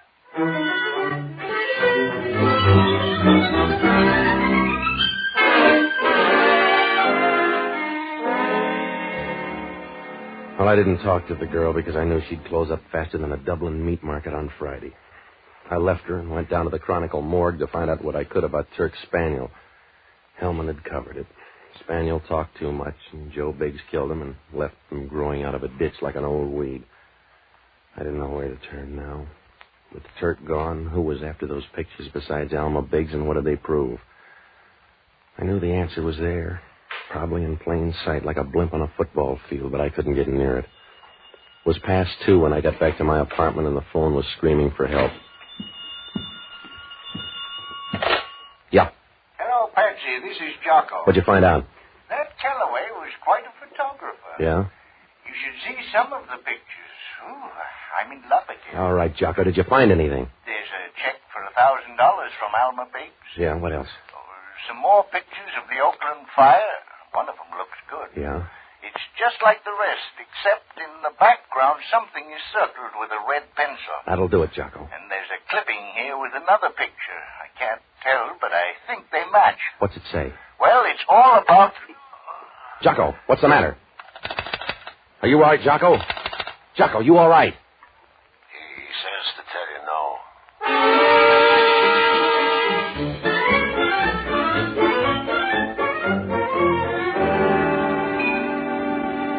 After Jocko's call, I grabbed a cab and rode up to Callaway's apartment. When I got there, Jocko was sitting in the middle of the floor as sad as a steer on a sheep ranch. He hadn't seen who hit him, and the picture was gone, and so was the clipping. I asked him if there were any negatives around. He said no. That meant that somebody was still on the prowl for those negatives. So I called Hellman and briefed him. He said he'd meet us at Rubin Callaway's studio in 10 minutes. When we got there, it was dark, but I sensed Hellman in the back room. Turned out to be a couple of pans of acid, but Hellman was there going over the negatives. All this guy did was take pictures. Let me take a look, will you, Hellman? Can you spot the right one here, Jocko? Hold them up to the light. All right. Here are the fire pictures. How about this one? No, I had that one. Yeah, that's it. And this fellow back here is the one that was circled. Hold it up so I can see. Hello, Turk. You waited too long. Give me the picture, mister. All that gun will do is make noise, Spaniel. It won't make enough to keep a secret. Just hand me the picture. Somebody knows you're alive now. The picture's for laughs. It's your word against mine, and I'll be so far away I can't hear the argument. Let's have it. Don't give it to him, Novak. Yeah, I'll give it to him. You take it away, Hellman. Thanks, Novak. That alley taught you manners. Just stand over there. I want to remember the way you looked. Don't worry. I'll tell you about them, Turk. Huh? Keep backing into this gun. It's going to show around your breastbone. Guns are getting cheap. You better drop yours, Spaniel. Over there. You look the same, Turk, or almost the same. You got this all wrong, Alma. Joe doesn't look the same. 9 years in the cooler and you lose your personality. Please, Alma, don't do anything crazy. After 9 years, you lose almost everything. Joe's lost everything but me. Down on the floor, Spaniel. I want you on your knees. Please. Alma, you got it wrong. I got it all right, Turk, because Joe wouldn't lie to me. When he said he didn't kill you, I knew you were alive. Please, Alma. Down on the floor beside the table. Go easy, baby. You got a copper here. I can't hurt him, Novak. Turk Spaniel's legally dead. All you can do to a dead man is kick up the dust. Please, Alma, you're not seeing this right. I'm going to have a better chance than you. You couldn't see, Spaniel. You couldn't see your way back to help Joe out.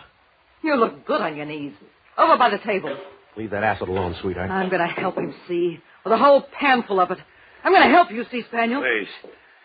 Please, Alma, you wouldn't do that? You got the short end of the bet.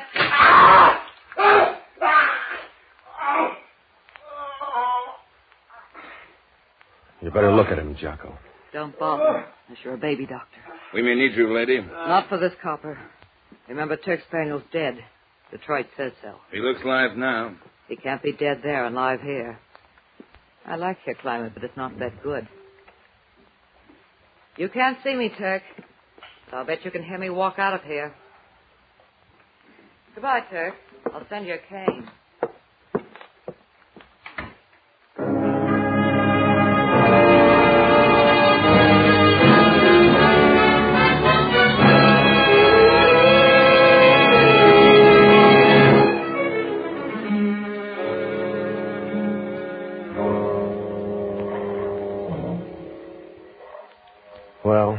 Hellman managed to get most of the story out of Turk Spaniel.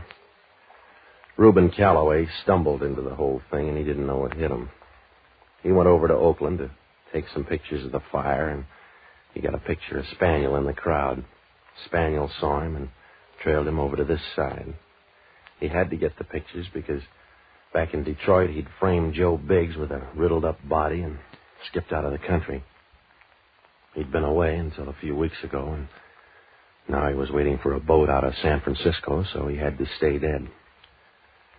He sent George Leggett after the pictures, but Leggett figured it was a good way to double-cross him and stay in the clear, so he tipped off Alma Biggs, who'd come out here on a lead a few weeks before. Turk finally tumbled. With a local gunsel, he killed Callaway and left Leggett in my apartment where he trailed him. It almost worked out, but he didn't get to that shop in time. Well, Hellman asked only one question. When I first met her, did I know that Alma Biggs was that hard? No. In that satin evening gown, I didn't think so.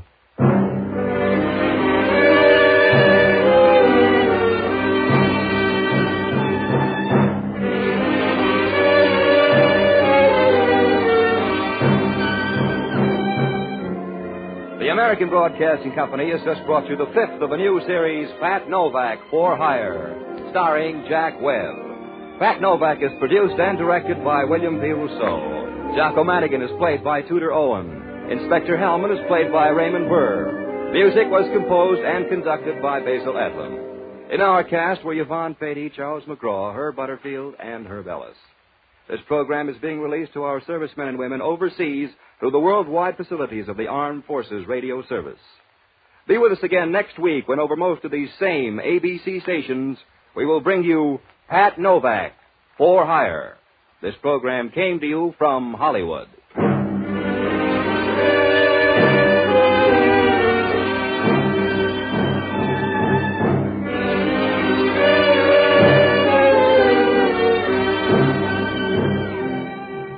Now, a brief reminder.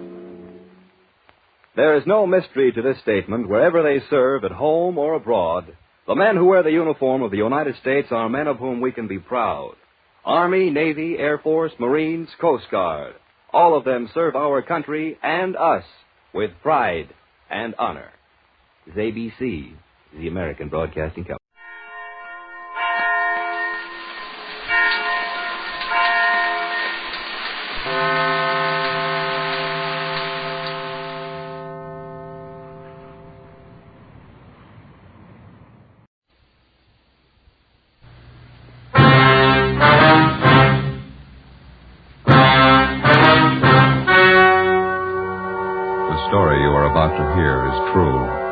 Only the names have been changed to protect the innocent.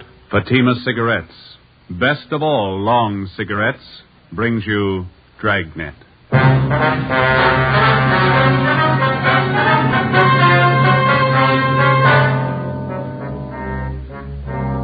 You're a detective sergeant.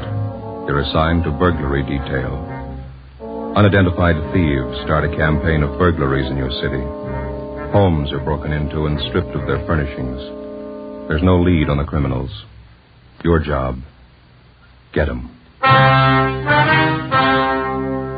When you compare Fatima with other long cigarettes, the difference is quality. Yes, in Fatima, the difference is quality.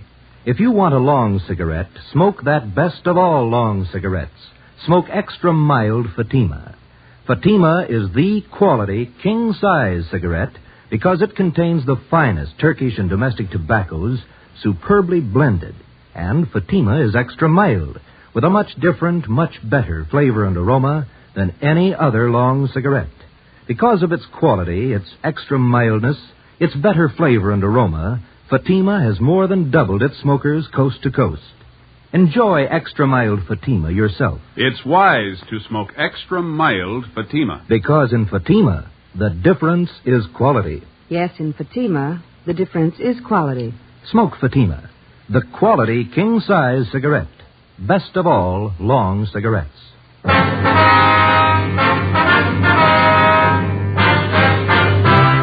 Dragnet, the documented drama of an actual crime. For the next 30 minutes, in cooperation with the Los Angeles Police Department, you will travel step by step on the side of the law through an actual case from official police files.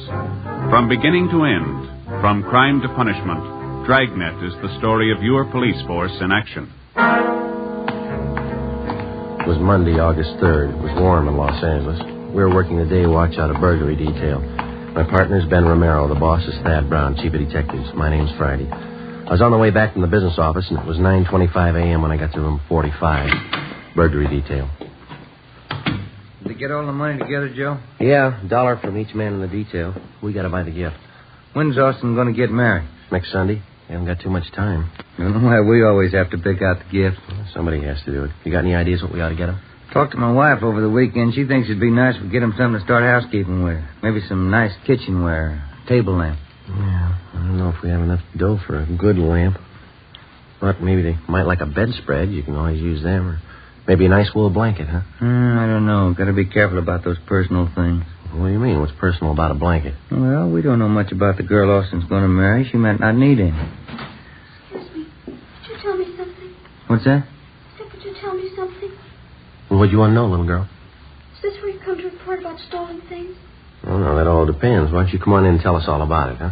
Thank you, I will. Like to sit down, little girl? I'm 12 years old. I'll stand if it's all right. All right. Now, would you like to tell us what's been stolen? Everything. Hmm? Everything's been stolen. We came back this morning and found it that way. Grandpa's awful mad. Mm-hmm. Maybe we better get the facts to start with. What's your name? Ruth Ann Marie Jeanette. Jeanette. Is that your last name? No, Snyder. Ruth Ann Marie Jeanette Snyder. Did you come down here alone, Ruth? Yes, Grandpa sent me. He's awful mad. Where do you live? With Grandpa. Where's that? Over on College Avenue. Grandpa's leg's bothering him. Arthritis. So he told me to come down and tell you about it. About what, man? Everything. We came back this morning on the train, and when we got home, we found everything was stolen. It's terrible. What do you mean by everything?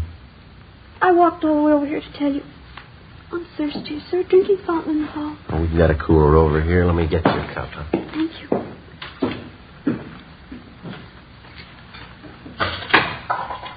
Would you like a drink, Ben? Oh, no, thanks.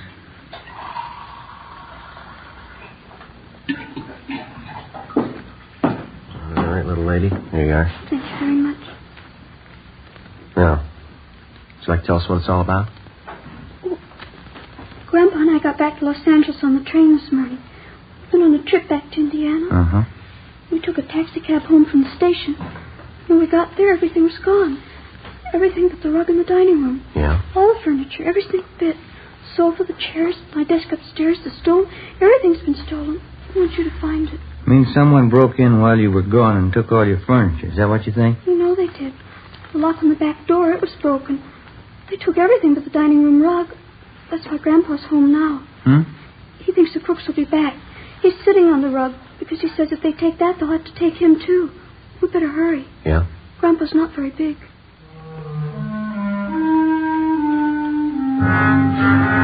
9:45 a.m. Ben and I drove little Ruth Ann Snyder back to her home on College Avenue. It was an old-fashioned wooden frame structure a few doors up from College Avenue and Everett Way. Ruth Ann showed us inside and introduced us to her grandfather, Mr. John H. Snyder, age 78. He told us that a year ago, he and his wife, Ruth Ann's grandmother, had come to California from Indiana and rented the house on College Avenue. The grandmother had fallen ill and passed away suddenly 3 weeks ago. He and Ruth Ann closed the house and took the body back to Indiana on the train for burial. On their return that morning, they found the house stripped of every piece of furniture. We checked room by room and listed the missing articles. We put in a call to latent fingerprints. Do you happen to know the serial numbers of your home appliances, Mr. Snyder? No, sir. I've lived with most of the furniture for 40 years. You get to know the things you own in 40 years. I know what was in my room, Sergeant. My desk, my table and chair, the bed, the curtains. They took everything. Well, how about the estimated value of the furniture, sir? What would you say it was worth? Dollars and cents? Oh, I don't know. What's a house full of furniture worth to anyone? Guess everybody puts their own value on their things. Yes, sir, they do. Solid walnut dining set. A wedding present. Mahogany front room table. A solid, too. It cost money in their day. All gone. Were there any liens against the furniture, sir? How's that? Did you owe anything on the furniture? I mean, there was no trouble with the finance company or anything like that. Oh, we didn't even know what a finance company was when the wife and I was married. It was sad enough trip as it was. And Ruthie and me get here this morning, and everything's gone. All we own. Ruthie. Yes, Grandpa? Where the thieves broke in, would you show the officers, please? It's back this way. Okay. How are you and your grandfather going to make out here, Ruth? Well, Grandpa says we'll buy 2 cots for tonight, Army surplus. There's no stove to cook on. We'll have to eat out. Mm-hmm. Maybe we'll have to go back to Indiana. Grandpa doesn't have much money. He's on a pension. Where's the back door? Let's see what they did to get in. Must have used a hammer and a crowbar. Smashed it clean through. You'll find the crooks, won't you, Sergeant? We're going to try, Ruth. Better have the crime lab check this, huh? Yeah. How about your neighbors, Ruth? You know any of them well? I know who they are. I don't know any of them good. They're not very friendly. We'd like to ask you and your grandfather a few more questions, Ruth. All right. I don't know what I'm going to do when school starts. They stole all my stuff, even my composition tablets. I'm going to have to take those. Which grade are you in, Ruthie? I was in A7. I'll be in the B8. Why did they take my school things? I don't know. You see how they got in back there? Yes, sir, we did. By any chance, did any of your neighbors know that you and Ruth here were going away? Well, I didn't mention it, no. Then no one kept an eye on your house while you were gone? No, I didn't think it was necessary. Might have helped. I just remembered, Grandpa. Mrs. Merton. I told her we were going away. Who's that, Ruth? She runs a store down at the corner of the bird store. Yeah. She sells canaries, other kinds of birds, too. Mrs. Merton's her name. Store's right down the corner. You figure she's the only one who knew you'd be gone from the house for some time. Must have been the only one. All right, Mr. Snyder, we'll be back to see you later on. Here's our card. We'll see if we can't do something to help you out here. Let's see here.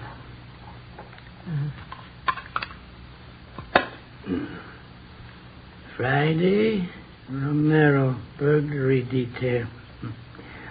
All right, thank you, boy. Ruthie will show you to the door. Yes, Grandpa. Miss Snyder. Goodbye, sir. Oh, say there. Yes, sir. Guess you understand, but I'd like to apologize anyway. I just couldn't do it. What's that, sir? Offer you a chair.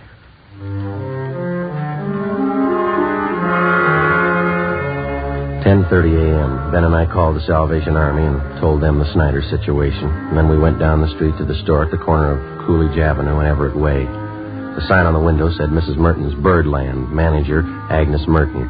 We tried the door. It was locked. The cardboard clock hanging on the glass door read, "Be back at 1 p.m." So we went back up to College Avenue and we started ringing doorbells.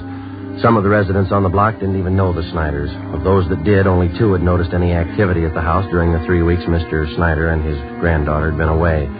They told us that they'd seen a moving van parked in front of the house about a week before. They also saw men moving furniture from the house into the van. Neither of the 2 could describe the vehicle or remember its license number. 12:45 p.m. We had a cup of coffee and a hamburger, and then we headed back for Mrs. Merton's bird store.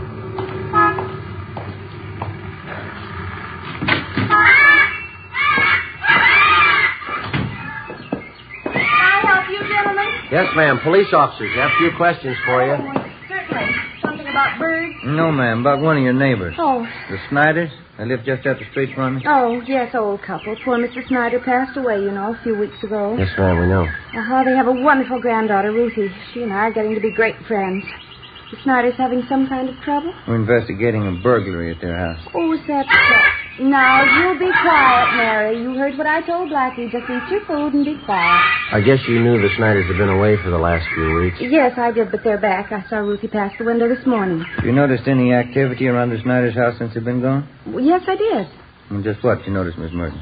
Well, it was 7 or 8 days ago, I think. Some white moving truck stopped in front of their place, and the 2 men started moving out Snyder's furniture. Uh-huh. That was a little strange because Ruthie hadn't told me anything about moving. And in fact, she said definitely she and her grandpa were coming back after poor Mrs. Snyder's funeral in Indiana. Did you investigate it all, ma'am? Excuse me. Who is that? You, Fred? Yes, you ought to be ashamed. You can see I'm busy. Another outburst like that, and all 3 of you, Fred, Blackie, Mary, I'll take care of you.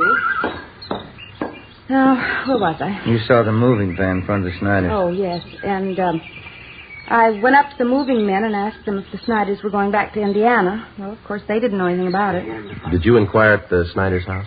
Well, no, it so happened I didn't. I was on my way to one of the big aviaries in the valley, and I just didn't have time to stop. How about the moving van? Did you happen to notice the license? I don't remember the numbers. Any identifying marks about the truck you might remember? Maybe a sign on the side? Yes, the side of the truck was painted white, and there was large blue lettering on it, van and storage, it said. I remember that much. Was that all? Well, Yes, as I said, I was in a hurry. I had to pick up 3 sick canaries out in the valley. Is there anything else about the incident you can remember? Anything at all? No, I'm afraid not. Well, thank you very much, Miss Merton. Here's our card if you happen to come across any further information. Yes, all right. I'll have to go see the Snyders. Maybe I can help. Fine. Goodbye, ma'am. Thank you very much. Yes, goodbye. Bye. Fred, now you step up just a minute. Fred? Well, not much help there. Not much. Give me an idea, though. Wedding present for the Austins. Yeah? Maybe a couple of canaries? In a nice cage?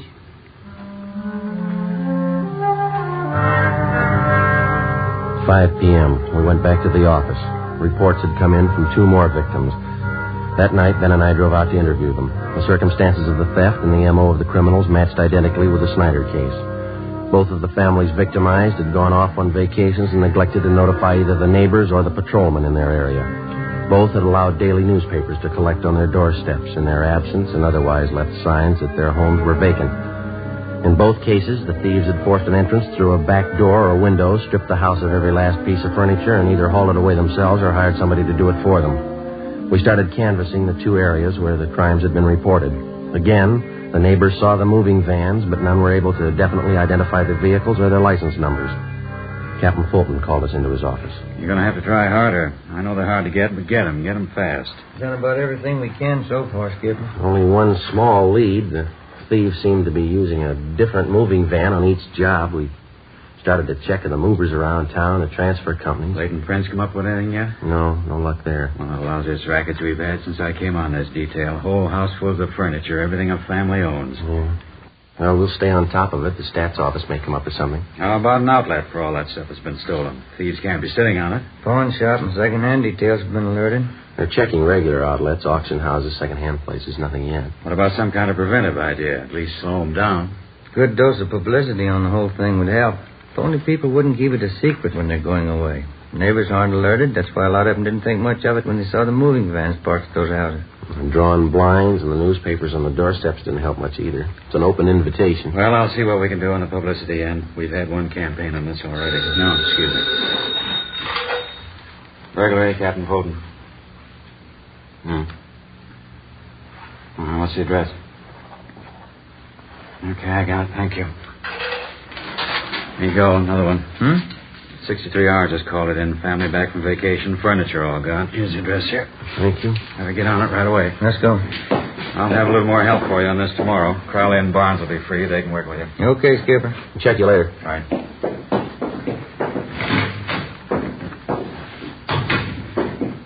Sergeant Friday? Oh, yes, you ma'am. remember me, don't you, Mrs. Merton? Oh, sure. The bird store. Yes, ma'am. How are you?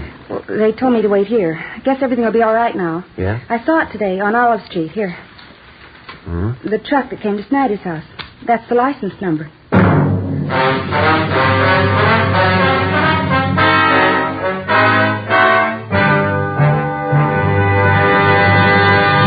You are listening to Dragnet, the case history of a police investigation, presented in the public interest by Fatima Cigarettes. It's amazing how many long cigarette smokers are changing to extra mild Fatima. Here is the actual report. From coast to coast, Fatima has more than doubled its smokers. Here is the reason why. When you compare Fatima with other long cigarettes, the difference is quality. Yes, in Fatima, the difference is quality. Fatima is the quality king-size cigarette because it contains the finest Turkish and domestic tobaccos superbly blended. And Fatima is extra mild, with a much different, much better flavor and aroma than any other long cigarette. And because of its quality, its extra mildness, its better flavor and aroma, more and more smokers say it's wise to smoke extra mild Fatima. I agree, says Dick Hyland, sports columnist. I agree, says Mrs. Deems Taylor, painter and theatrical designer. I agree, says Frank Fenton, author. Yes, all agree. It's wise to smoke extra mild Fatima. Best of all, long cigarettes. Because in Fatima, the difference is quality. Yes, in Fatima, the difference is quality. Smoke Fatima, the quality king-size cigarette.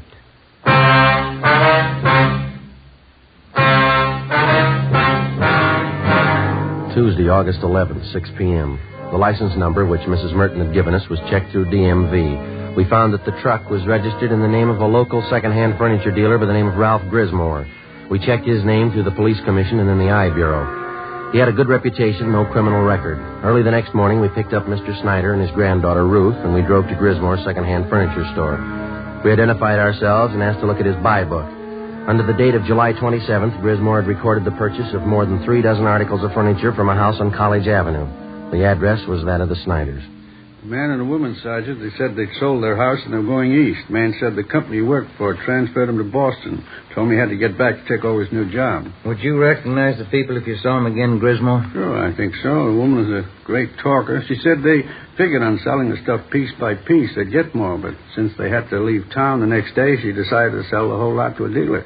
You got the furniture for a pretty low price, didn't you? Pretty good price, yeah. That's why I went along in the fast deal. Wasn't going to talk myself out of a bargain. They wanted to sell fast, so I wanted to buy. I didn't think anything was wrong. Sergeant. Yeah, Mrs. Snyder? Our walnut dining room set. That's it right over there. You sure, Mr. Snyder? A cigar burn on top, just above one of the legs. Know it anywhere. Seems to me that's our mahogany table. I'll look. Sergeant? My table and my desk, here they are right here. My school stuff, too. All right, Ruthie. Yeah, they sure stuck me all right. That's the last fast deal I ever make. How did they contact you, Grismore? What kind of approach did they use? Called me on the phone, and I came out and gave them an appraisal on the stuff. Nothing suspicious about either the man or the woman. That's so? She was in a house dress, bandana around her head. The guy was in old clothes, just as homey as you please. Looked like he was doing a little repair work around the house, you know. Mm-hmm. You notice if they had a car parked by the house? No, as a matter of fact, I didn't. There wasn't any in the driveway. Mm-hmm. No argument over the price you offered them for the furniture? No. They seemed to hesitate a little, but they took my first offer. I thought I had a good deal. I don't know. How'd they react after you agreed on a price? In a hurry?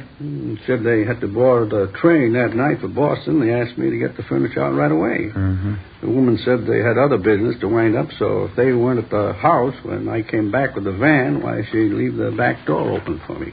I guess you realized you were going to have to place a hold on this furniture that you bought. Yeah, I know. I got no one to blame but myself. And you gave this man and woman a check for the full amount of the sale. Is that right, Grismer? $550 down the drain. Do you have the canceled check? No, not yet. If you like, you can probably get it from the bank. Don't imagine those crooks would waste any time cashing it. We'd appreciate it if you'd run down to the bank with us now. Okay, sir. Sergeant, could I speak with Mr. Grismore? Sure, Mr. Snyder. Mr. Grismore. Yes, sir. I'm sorry about all this. I didn't know. Oh, I understand, sir.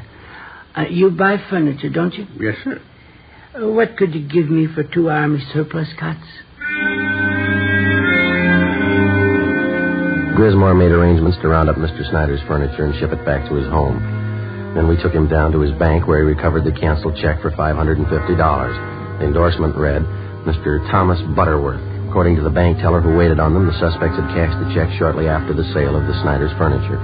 From the second-hand dealer and the clerk at the bank, we got a complete description of the man and woman known as Mr. and Mrs. Butterworth. We also had photostatic copies made of the check and specimens of the handwriting from the endorsement. From the descriptions, we checked the suspects through the stats office. We got nowhere. During the next 2 weeks, we found 6 more second-hand dealers who had been taken in on the same furniture deal.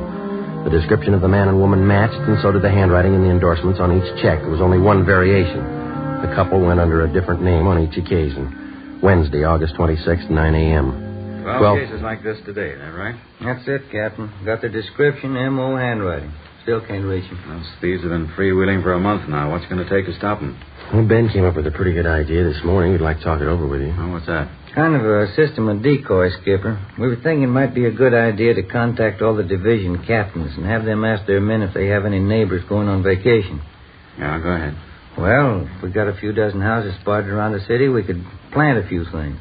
Make them look obviously vacant. We'd keep the houses covered at all times. They ought to make pretty good bait for those thieves. Uh-huh. How would you set it up? We could make arrangements to get a key to each home, keep the milk and paper deliveries coming, let them pile up on the doorstep. We could reimburse the people for whatever it cost. We're not making any headway. We could run this for a couple of weeks, see what happens. Mm-hmm. What do you think? Try it. 9:30 a.m. We contacted all division commanders, requesting them to ask their men to contact burglary detail if they knew of any of their neighbors about to leave on a vacation. During the next 2 days, the response came in and the plan went into effect. 40 homes throughout the city were spotted as decoys. They were kept under surveillance at all times. In the week that followed, 2 more burglaries of the same type were reported, but the suspects failed to try any of the decoy homes. The men in the pawn shop and second-hand details continued to work right along with us. The stolen furniture kept turning up, but not the thieves. Again, the homes that had been broken into displayed all the usual signs that the occupants were away. Old circulars and newspapers scattered on the lawn, milk bottles lined up at the door, all the blinds drawn. The decoy plan continued. No results. August 31st, we had a report of another burglary involving the theft of furniture. We made our investigation. 2 p.m. We went back to the office to get out a list of stolen articles. Hi, Ben. Joe? Hi, Austin. When'd you get back from your honeymoon? Late last night.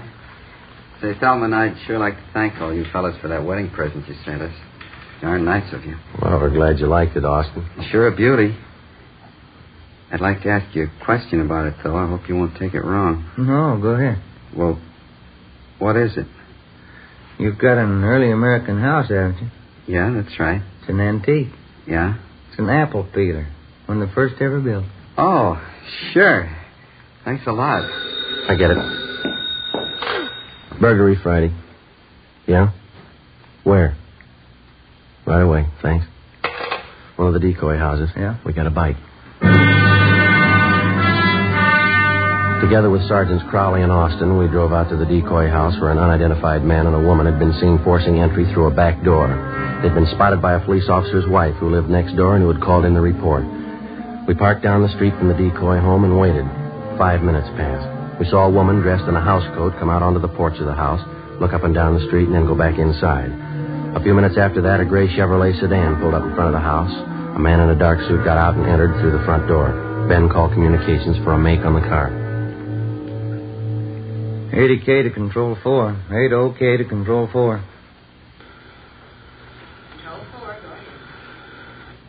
Request DMV on 6 Mary 6778. Repeat, 6M 6778. Information urgent. Roger, 80K. KMA 267. We waited. There were no signs of activity from the decoy house. 2 minutes after Ben put in the call, we got our make on the gray sedan. Control 4 to 80K. 80K, go ahead. 6 Mary 6778. 6M 6778 is registered to the Donahoe Furniture Company. Legal the same. 7811 Harvard Boulevard. It is a Chevrolet Deluxe 2-door sedan, 1941 model. Engine number C6PA4414. 80K, Roger. KMA 367. A few minutes after the call back, a moving van drove down the street and backed into the driveway of the decoy house. The sign on the side of the van read Donahoe Furniture Company. 2 men got out, went up to the front door, and were let in. They came out in a couple of minutes and loaded a sofa into the moving van. Okay, Joe. Crowley and Austin get the sign. Yeah, here they come. Let's go.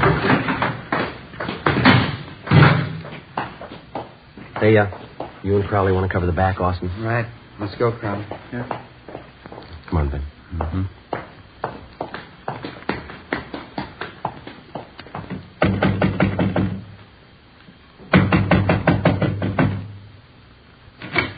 Yes, sir. You want something? Police officers like... Call in the cops! Run, hell! Stand still, you. Austin and Crowley got her. All right, hold still, mister. Oh, Hold still. Hey, what's this all about? You cops? That's right. You? Max Donahoe. I'm buying this lot of furniture. Something the matter? You're buying from the wrong people. They're not the owners. You better have your men move that stuff back in the house. Okay, if you say so. all right, lady, relax.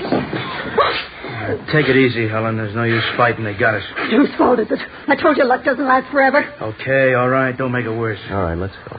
I'll take her, Austin. You better fix your shirt. Yeah. Come on, lady. Get your hand. Hey, what's the matter with your shirt, Austin? Look, must have happened when she tried to get away.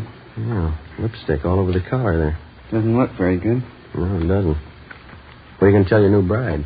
I got nothing to hide. I'll tell her the truth. Yeah? She'll believe me. Won't she?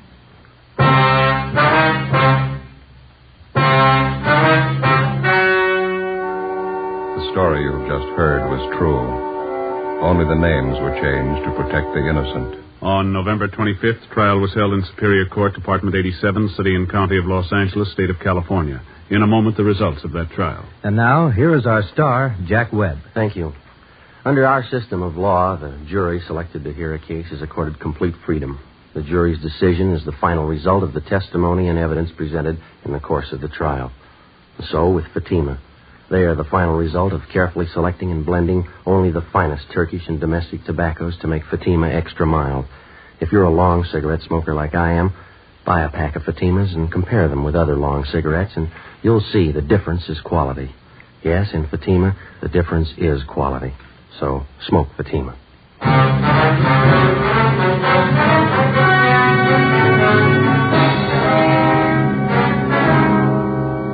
The suspects were identified as Mr. and Mrs. Thomas Dunbar. They were arraigned on 15 counts of burglary and tried and found guilty on all counts. They are now serving their terms in the state penitentiary. You have just heard Dragnet, a series of authentic cases from official files. Technical advice came from the Office of Chief of Police W.H. Parker, Los Angeles Police Department.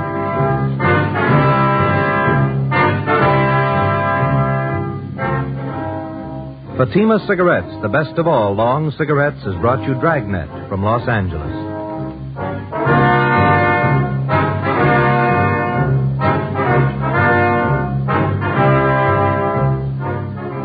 Coming up, Duffy's Tavern. Bob Hope returns October 3rd on NBC.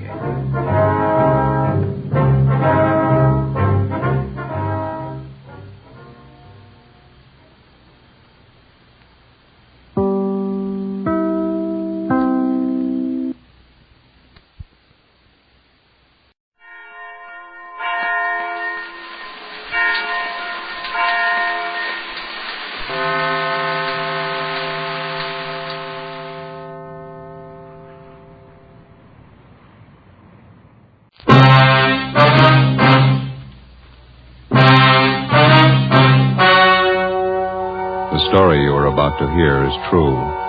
Only the names have been changed to protect the innocent. Fatima Cigarettes, best of all long cigarettes, brings you Dragnet.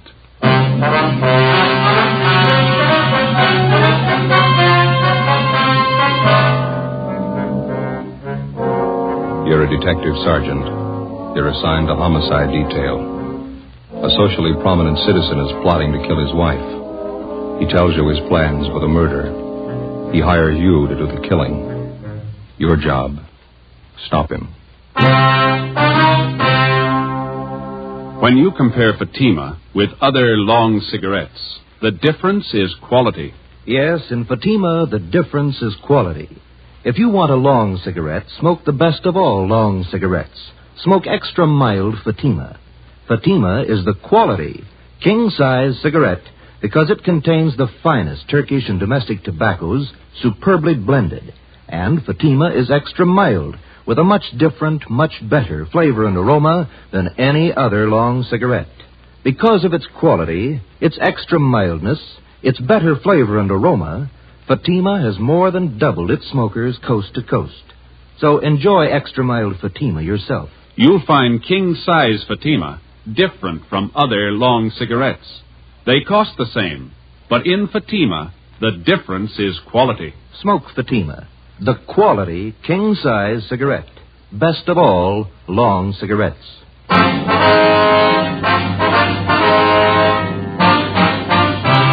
Dragnet, the documented drama of an actual crime. For the next 30 minutes, in cooperation with the Los Angeles Police Department, you will travel step by step on the side of the law through an actual case from official police files. From beginning to end, from crime to punishment, Dragnet is the story of your police force in action. It was Monday, February 17th. It was raining in Los Angeles. We were working a day watch out of homicide detail. My partner's Ben Romero. The boss is Thad Brown, chief of detectives. My name's Friday. It was 4:18 p.m. when we got to room 26, chief of detectives' office. Come on in, man. Have a seat. Did you close the door, Friday? Yep, sure.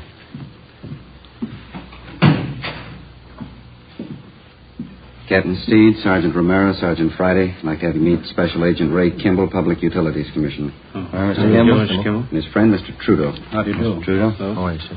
Gentlemen, Mr. Kimball and Mr. Trudeau here have some important information to give us. Mr. Trudeau, would you like to repeat for these officers what you told us a few moments ago? Yes, sir. Well, a friend of mine wants me to kill his wife for him. I'm convinced he means to go through with the thing. Naturally, it goes without saying that Kimball here will back up the veracity of the story. Well, Mr. Trudeau, who is your friend? How long have you known him? His name's Charles Stone. Guess maybe you heard of him. Owns a string of warehouses around town. I used to work for him. Oh, yeah, go ahead. Well, the other day he called me and asked me if I was working. I told him no. Then he asked me to meet him in front of the public library. And that was last Saturday afternoon. Did you meet him? Yes, I did. And he took me to a bar in the neighborhood, started telling me all about his troubles at home. Mm-hmm. He said his wife was stepping out on him, running around with other men. Well, we had quite a few drinks, and I guess I thought that's what accounted for it. What's that, Mr. Trudeau? Well, he leaned toward me and he said, here's the dope. The wife and I haven't been getting along well at all for about a year. She's stepping out with some other guy on me, and to make a long story short, well, that's when he told me. I see. He said, I want to lose her. What do you say? Well, I told him I didn't quite get the drift of the thing, and then he said, I want my wife killed. I'll pay you $1,000 for the job. Mr. Trudeau, have you any idea why he contacted you on this thing? Well, I don't know, other than the fact that I hadn't been able to work for some time. He knew I needed the money pretty badly. As soon as I was sure he wasn't kidding about the murder, I told Mr. Kimball here. He's an old friend of mine. Yeah. He said the only thing to do was to take it to the police. Did this Mr. Stone make this proposition to you more than once? Yes, he did. Kept reminding me how much I could use the $1,000.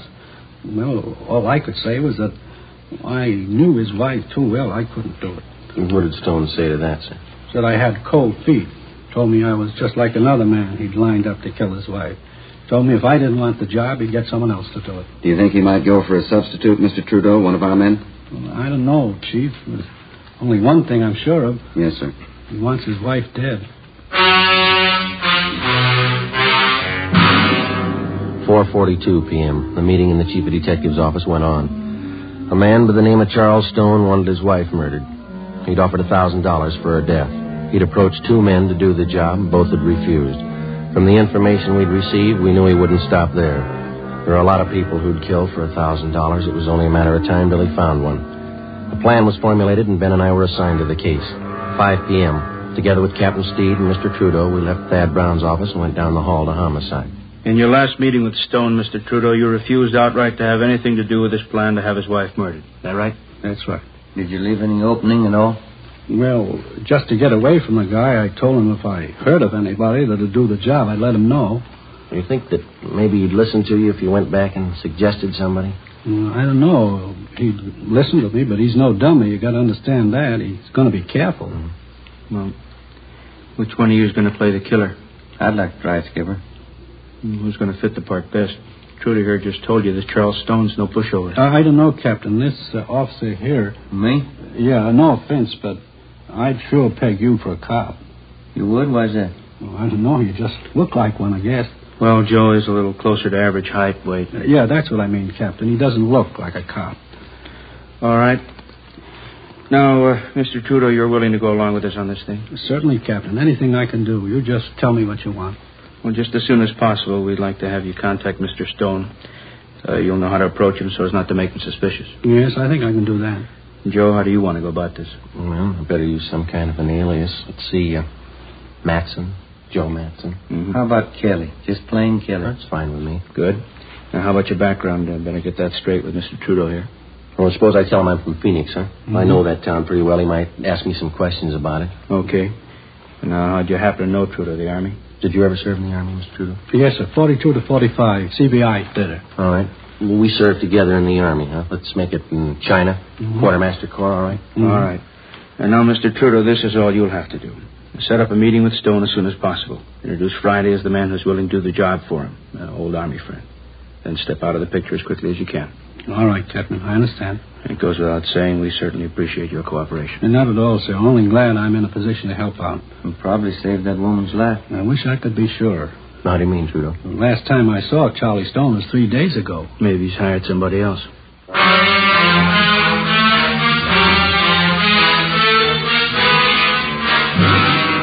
5:30 p.m. Captain Steed ordered 2 teams of men from homicide to watch Charles Stone's wife, Mildred, until further notice. For her own protection, she'd be kept under 24-hour surveillance without her knowledge. We checked the I Bureau to see what we could find on Charles Stone. He owned a gun, a .32 Smith & Wesson revolver. That's all we found. He had no criminal record. We knew of him only as a social figure from a prominent family, and supposedly he was happily married. He owned and operated a chain of 6 warehouses throughout Los Angeles. His business reputation was good. Captain Steed ordered that Charles Stone also be placed under 24-hour surveillance immediately. He would be kept under watch without his knowledge. Ben Romero and Gil Encinas were one of the teams assigned to tail him. The next morning, I checked in for work at the usual time. At 10:15 a.m., I left Captain Steed's office and went into the squad room. Homicide, Friday. This is Mr. Trudeau, Sergeant. I saw Charlie Stone a few minutes ago. Yes, sir. How'd it go? We talked about 20 minutes. I told him you might be willing to do the job. What'd he say? He wants to meet you. Before he hung up, Trudeau told me that Charles Stone would meet us that night in Section B in the grandstands at the midget auto races out near Santa Monica. I informed Captain Steed of the development, and then I left the office, went home, put away my gun and all my identification, changed into some old clothes. I boarded a bus and rode back downtown to the Skid Row area where I rented a single room in a cheap hotel. I signed the register J. Kelly, Phoenix, Arizona. 5:30 p.m. I went to Koken's Cafe on the corner of South Main and Satella Streets. Captain Steed was waiting for me in one of the rear booths. Hi. You look like you're all set. How's the outfit strike you okay? You're fine. That old leather jacket's a good touch. Oh, better let your beard grow a little. All right. I rented a room in one of the hotels down here. I could use a little expense money. Glad you said a little.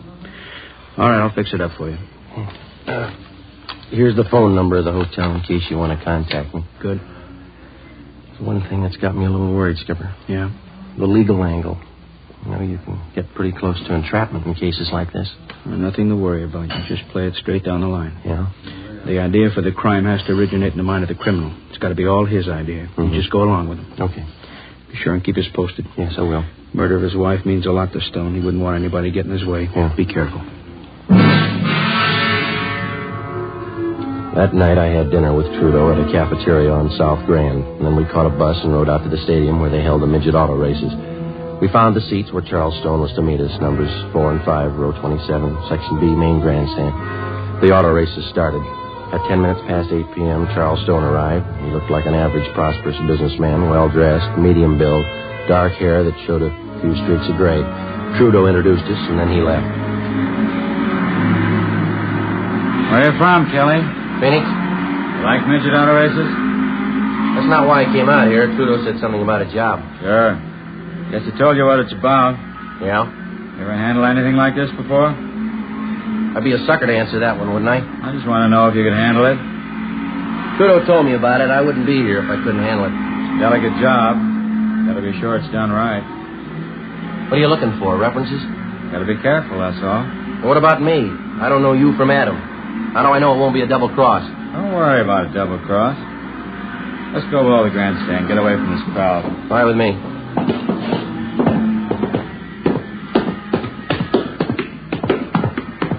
You haven't said anything about money yet.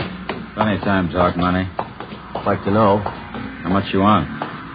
Trudeau said 1,000. Yeah. When could you get it? When would you want it? Before. I'd be a dope to do the job without getting paid first. I'd be just as stupid to give it to you first. Say, can I buy you a hot dog, cold drink? Okay.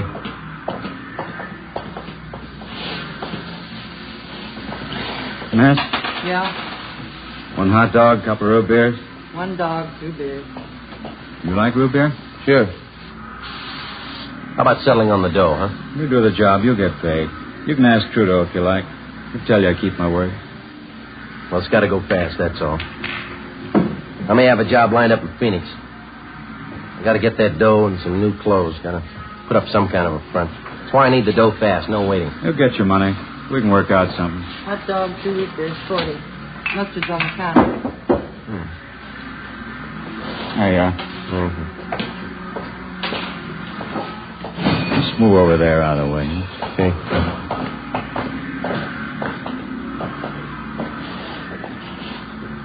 I Well, you haven't told me yet. What? How do you want it done? All depends. I haven't got my gun. I'm on the lam. Have you got one? No, I don't own one. Couldn't use a gun anyway. Too much noise. Well, make up your mind. We'll meet tomorrow night. We can talk about it then. Look, mister, you expect me to sit on this thing for a week? I'm not making a career out of just this one job. What are you worrying about? We'll set everything up tomorrow night. All right, how about $10 on the cuff? I got 11 flat. There's 5. See if that'll do. Now, how about that payoff, the 1,000? How do we set that up? We can talk about that later. Why can't we talk now? Look, Stone, I don't think I like your attitude. You haven't told me how you want the job done. You talk cute every time the payoff's mentioned. Take it easy, Take it easy, nothing. I'm taking the chances. How do I know I'm going to get paid? How do I know you'll kill her?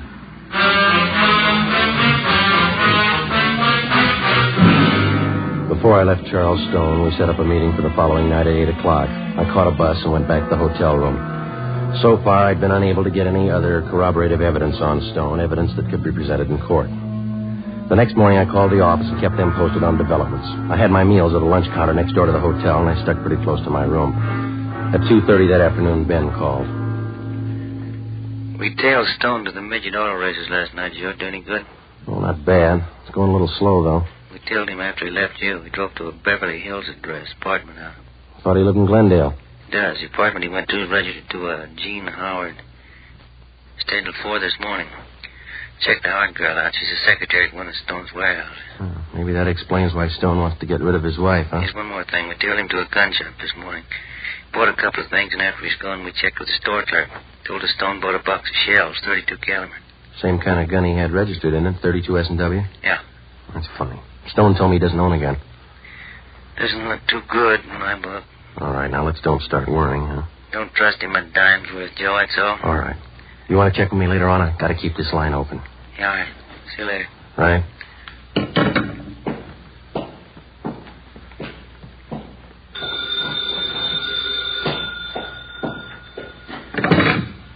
Yeah. This is Stone. Yeah. Job's all set up, ready to go. When? Tomorrow night.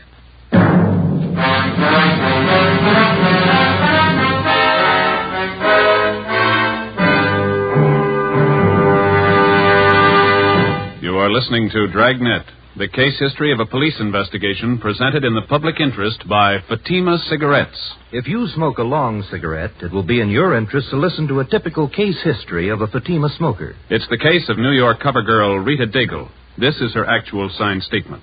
I find Fatima different from other long cigarettes.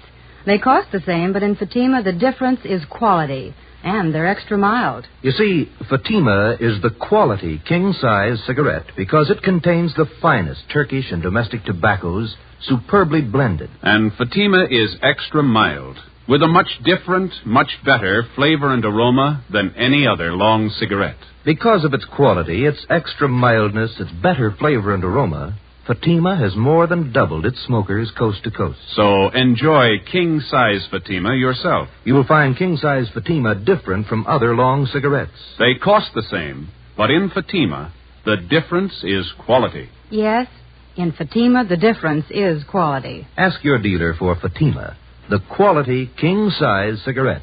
Best of all, long cigarettes. Start enjoying Fatima tomorrow.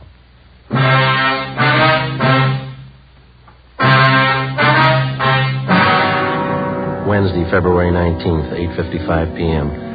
Charles Stone picked me up in his car at the corner of Alameda and 6th Streets. He turned onto South Broadway and he headed down for the beach. He hunched over the wheel as he drove. I kept wondering how I was going to pin him down. We were less than 24 hours away from the scheduled murder of his wife, and I still didn't have a case against him that'd stand up in court. If he failed to produce sufficient evidence tonight, Stone had a good chance of going free, whether he succeeded in having his wife killed or not. I also had no idea what plans the suspect had made before he hired me to do the killing. There was a definite possibility that he might have arranged for somebody else to commit the actual murder and then set up a double cross with me as the victim. We knew he had a .32 S&W revolver registered in his name, but he denied to me that he even owned a gun. 9:03 p.m., we pulled up in front of Stone's beach house.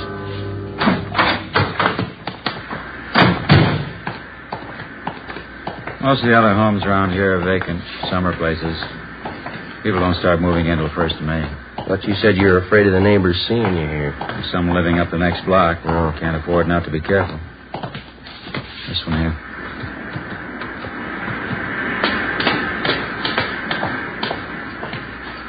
Here's the front door key. See if you can work it. I know how it works. You go ahead and open it. All right.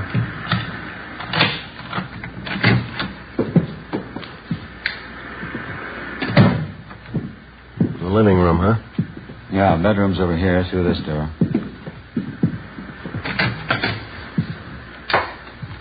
Uh-huh. All right, what's the story? Where do I start? My wife should be here about 6 o'clock tomorrow night. She'll be coming down alone to get the house ready for a weekend party. When do you want me here? About 4 in the afternoon. Here. Here's the key to the front door. Better pick it up and hand it to me, huh? Okay, here you go. First thing you do when you get here is pull out all the drawers in the bedroom bureau, scatter things around, make it look as much like a burglary as you can. Yeah? Same here in the living room. Desk drawer, table, cupboards. Turn them inside out, throw things around. Leave my fingerprints all over everything? I've taken care of that. Old pair of gloves of mine. You'll find them here in this drawer, remember that. All right. Let's see now, Oh, yeah, sash cord. I'm sure this ought to serve the purpose. Shouldn't have any trouble.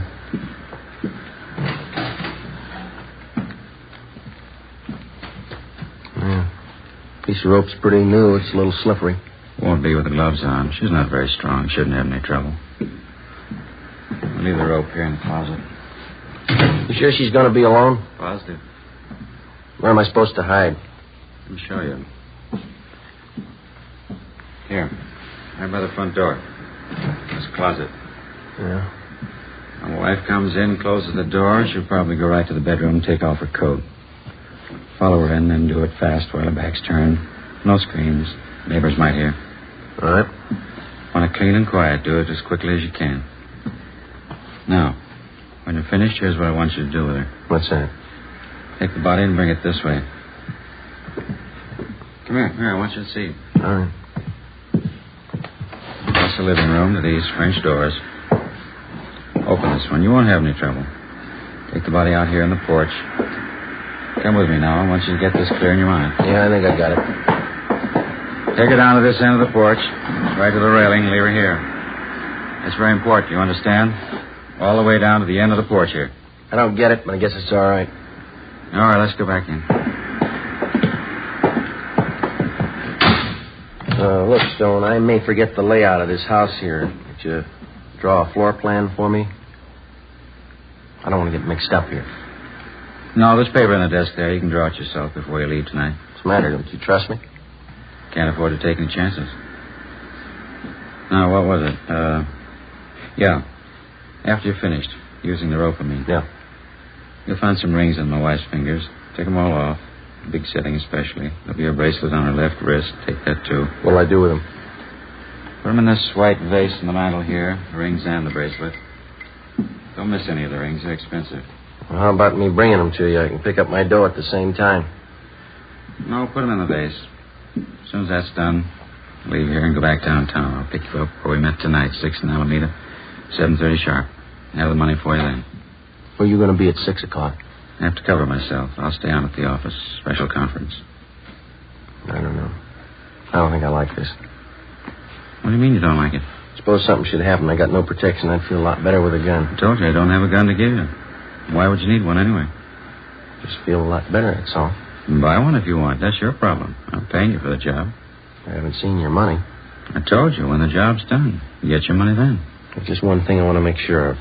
No mistakes here. Don't worry, you get your pay. Ask Trudeau if you like. He'll tell you can trust me. You can ask anybody. How about your wife?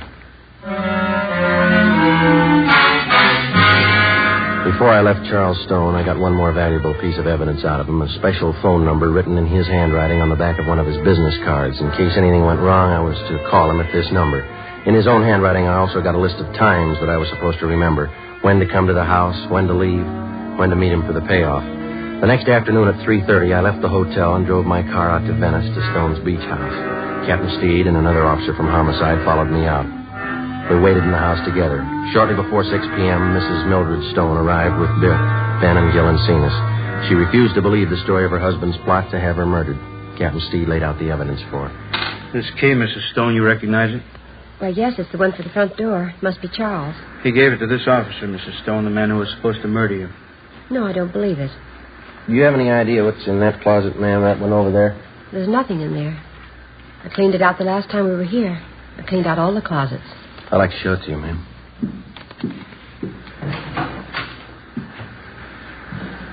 Piece of rope? I never saw that there before. Mr. Stone gave it to me. It was supposed to be the murder weapon. Just one more point, ma'am. Over here, please. Do you know what's in this drawer here? It's empty. It has to be. We never keep anything in there. Only when we move down for the summer months. Joe? Right. Pair of your husband's old gloves. Is that right, ma'am? Well, why would they be there? What for? I was supposed to wear them while I was in the house so I wouldn't leave fingerprints. Do you mind if I sit down? Here you are. I'm sorry, Mrs. Stone. We know it's a terrible shock for you. I think you realize we had to tell you. It's all right. You've been very kind. You saved my life. I'm sorry now that happened. It would have been better if he'd succeeded. Much better. Take it easy, Mrs. Stone. The shame. Terrible, terrible shame. Is there anything I can do for him? He wanted to have you murdered, ma'am. I know that. He wanted me dead. Yes, ma'am. There's only one thing. Yeah? He's my husband, Sergeant. I love him.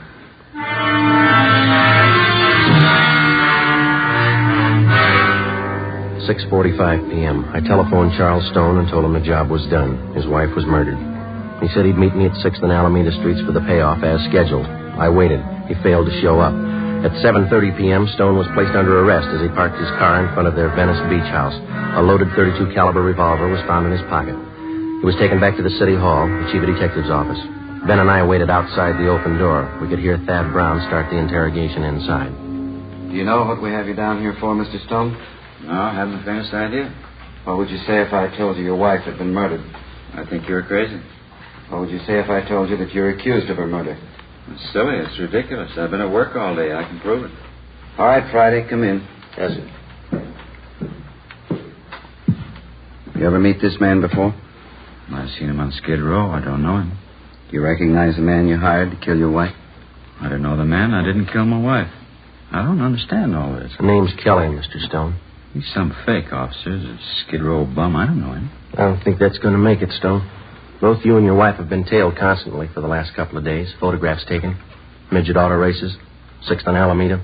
Beverly Hills apartment. Crazy. You don't know what you're talking about. Mike, would you send the lady in, please?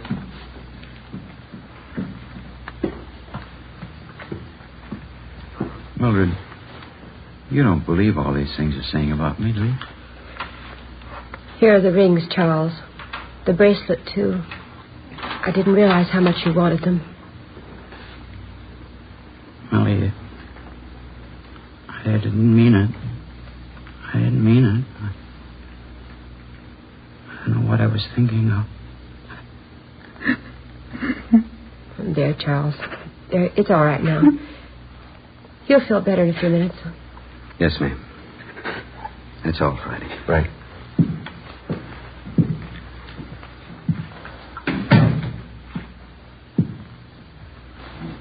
What's it look like, Joe? He's starting to talk. It's got me. He tries to have her murdered. She goes to bat for him. What's it prove? He sure must love him. What do you think? How about a cup of coffee?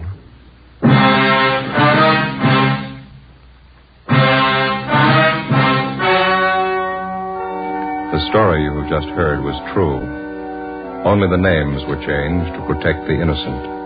On May 2nd, trial was held in Superior Court, Department 89, City and County of Los Angeles, State of California. In a moment, the results of that trial. And now, here is our star, Jack Webb. Thank you. To the working detective, the difference between guilt and innocence is proof, in the form of physical evidence, in the form of testimony gathered from reliable witnesses. In determining any suspect's guilt or innocence, the difference is actual proof. Now, when you compare Fatima with other long cigarettes, the difference is quality, and Fatima is extra mild. If you're a long cigarette smoker like I am, smoke Fatima. You'll find Fatima different from other long cigarettes. They cost the same, but in Fatima, the difference is quality.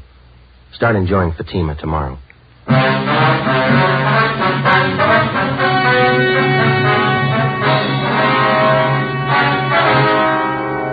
Charles Farnsworth Stone was tried and convicted on soliciting the commission of a felony, 2 counts. He received a sentence as prescribed by law. You have just heard Dragnet, a series of authentic cases from official files. Technical advice comes from the Office of Chief of Police W.H. Parker, Los Angeles Police Department. Fatima Cigarettes, the best of all long cigarettes, has brought you Dragnet from Los Angeles.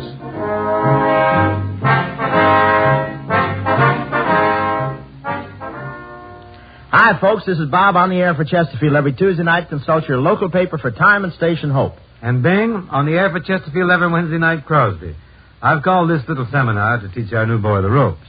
Say, Sag, I think it's only fair to warn you, with me selling Chesterfields this year, you'll have to limp along lively to keep up. Oh, say, since when have you been any competition, lover boy? When we're in pitches together, who always gets the girl? Which only backs up the old saying, everybody loves a fat man. Seriously, friends, Skinflint and I, we do agree 100% on this. Chesterfields are milder. And they leave no unpleasant aftertaste. So always buy our cigarette, Chesterfield. The best cigarette for you to smoke. Hear Hope and Crosby Tuesday. Next, We the People on NBC.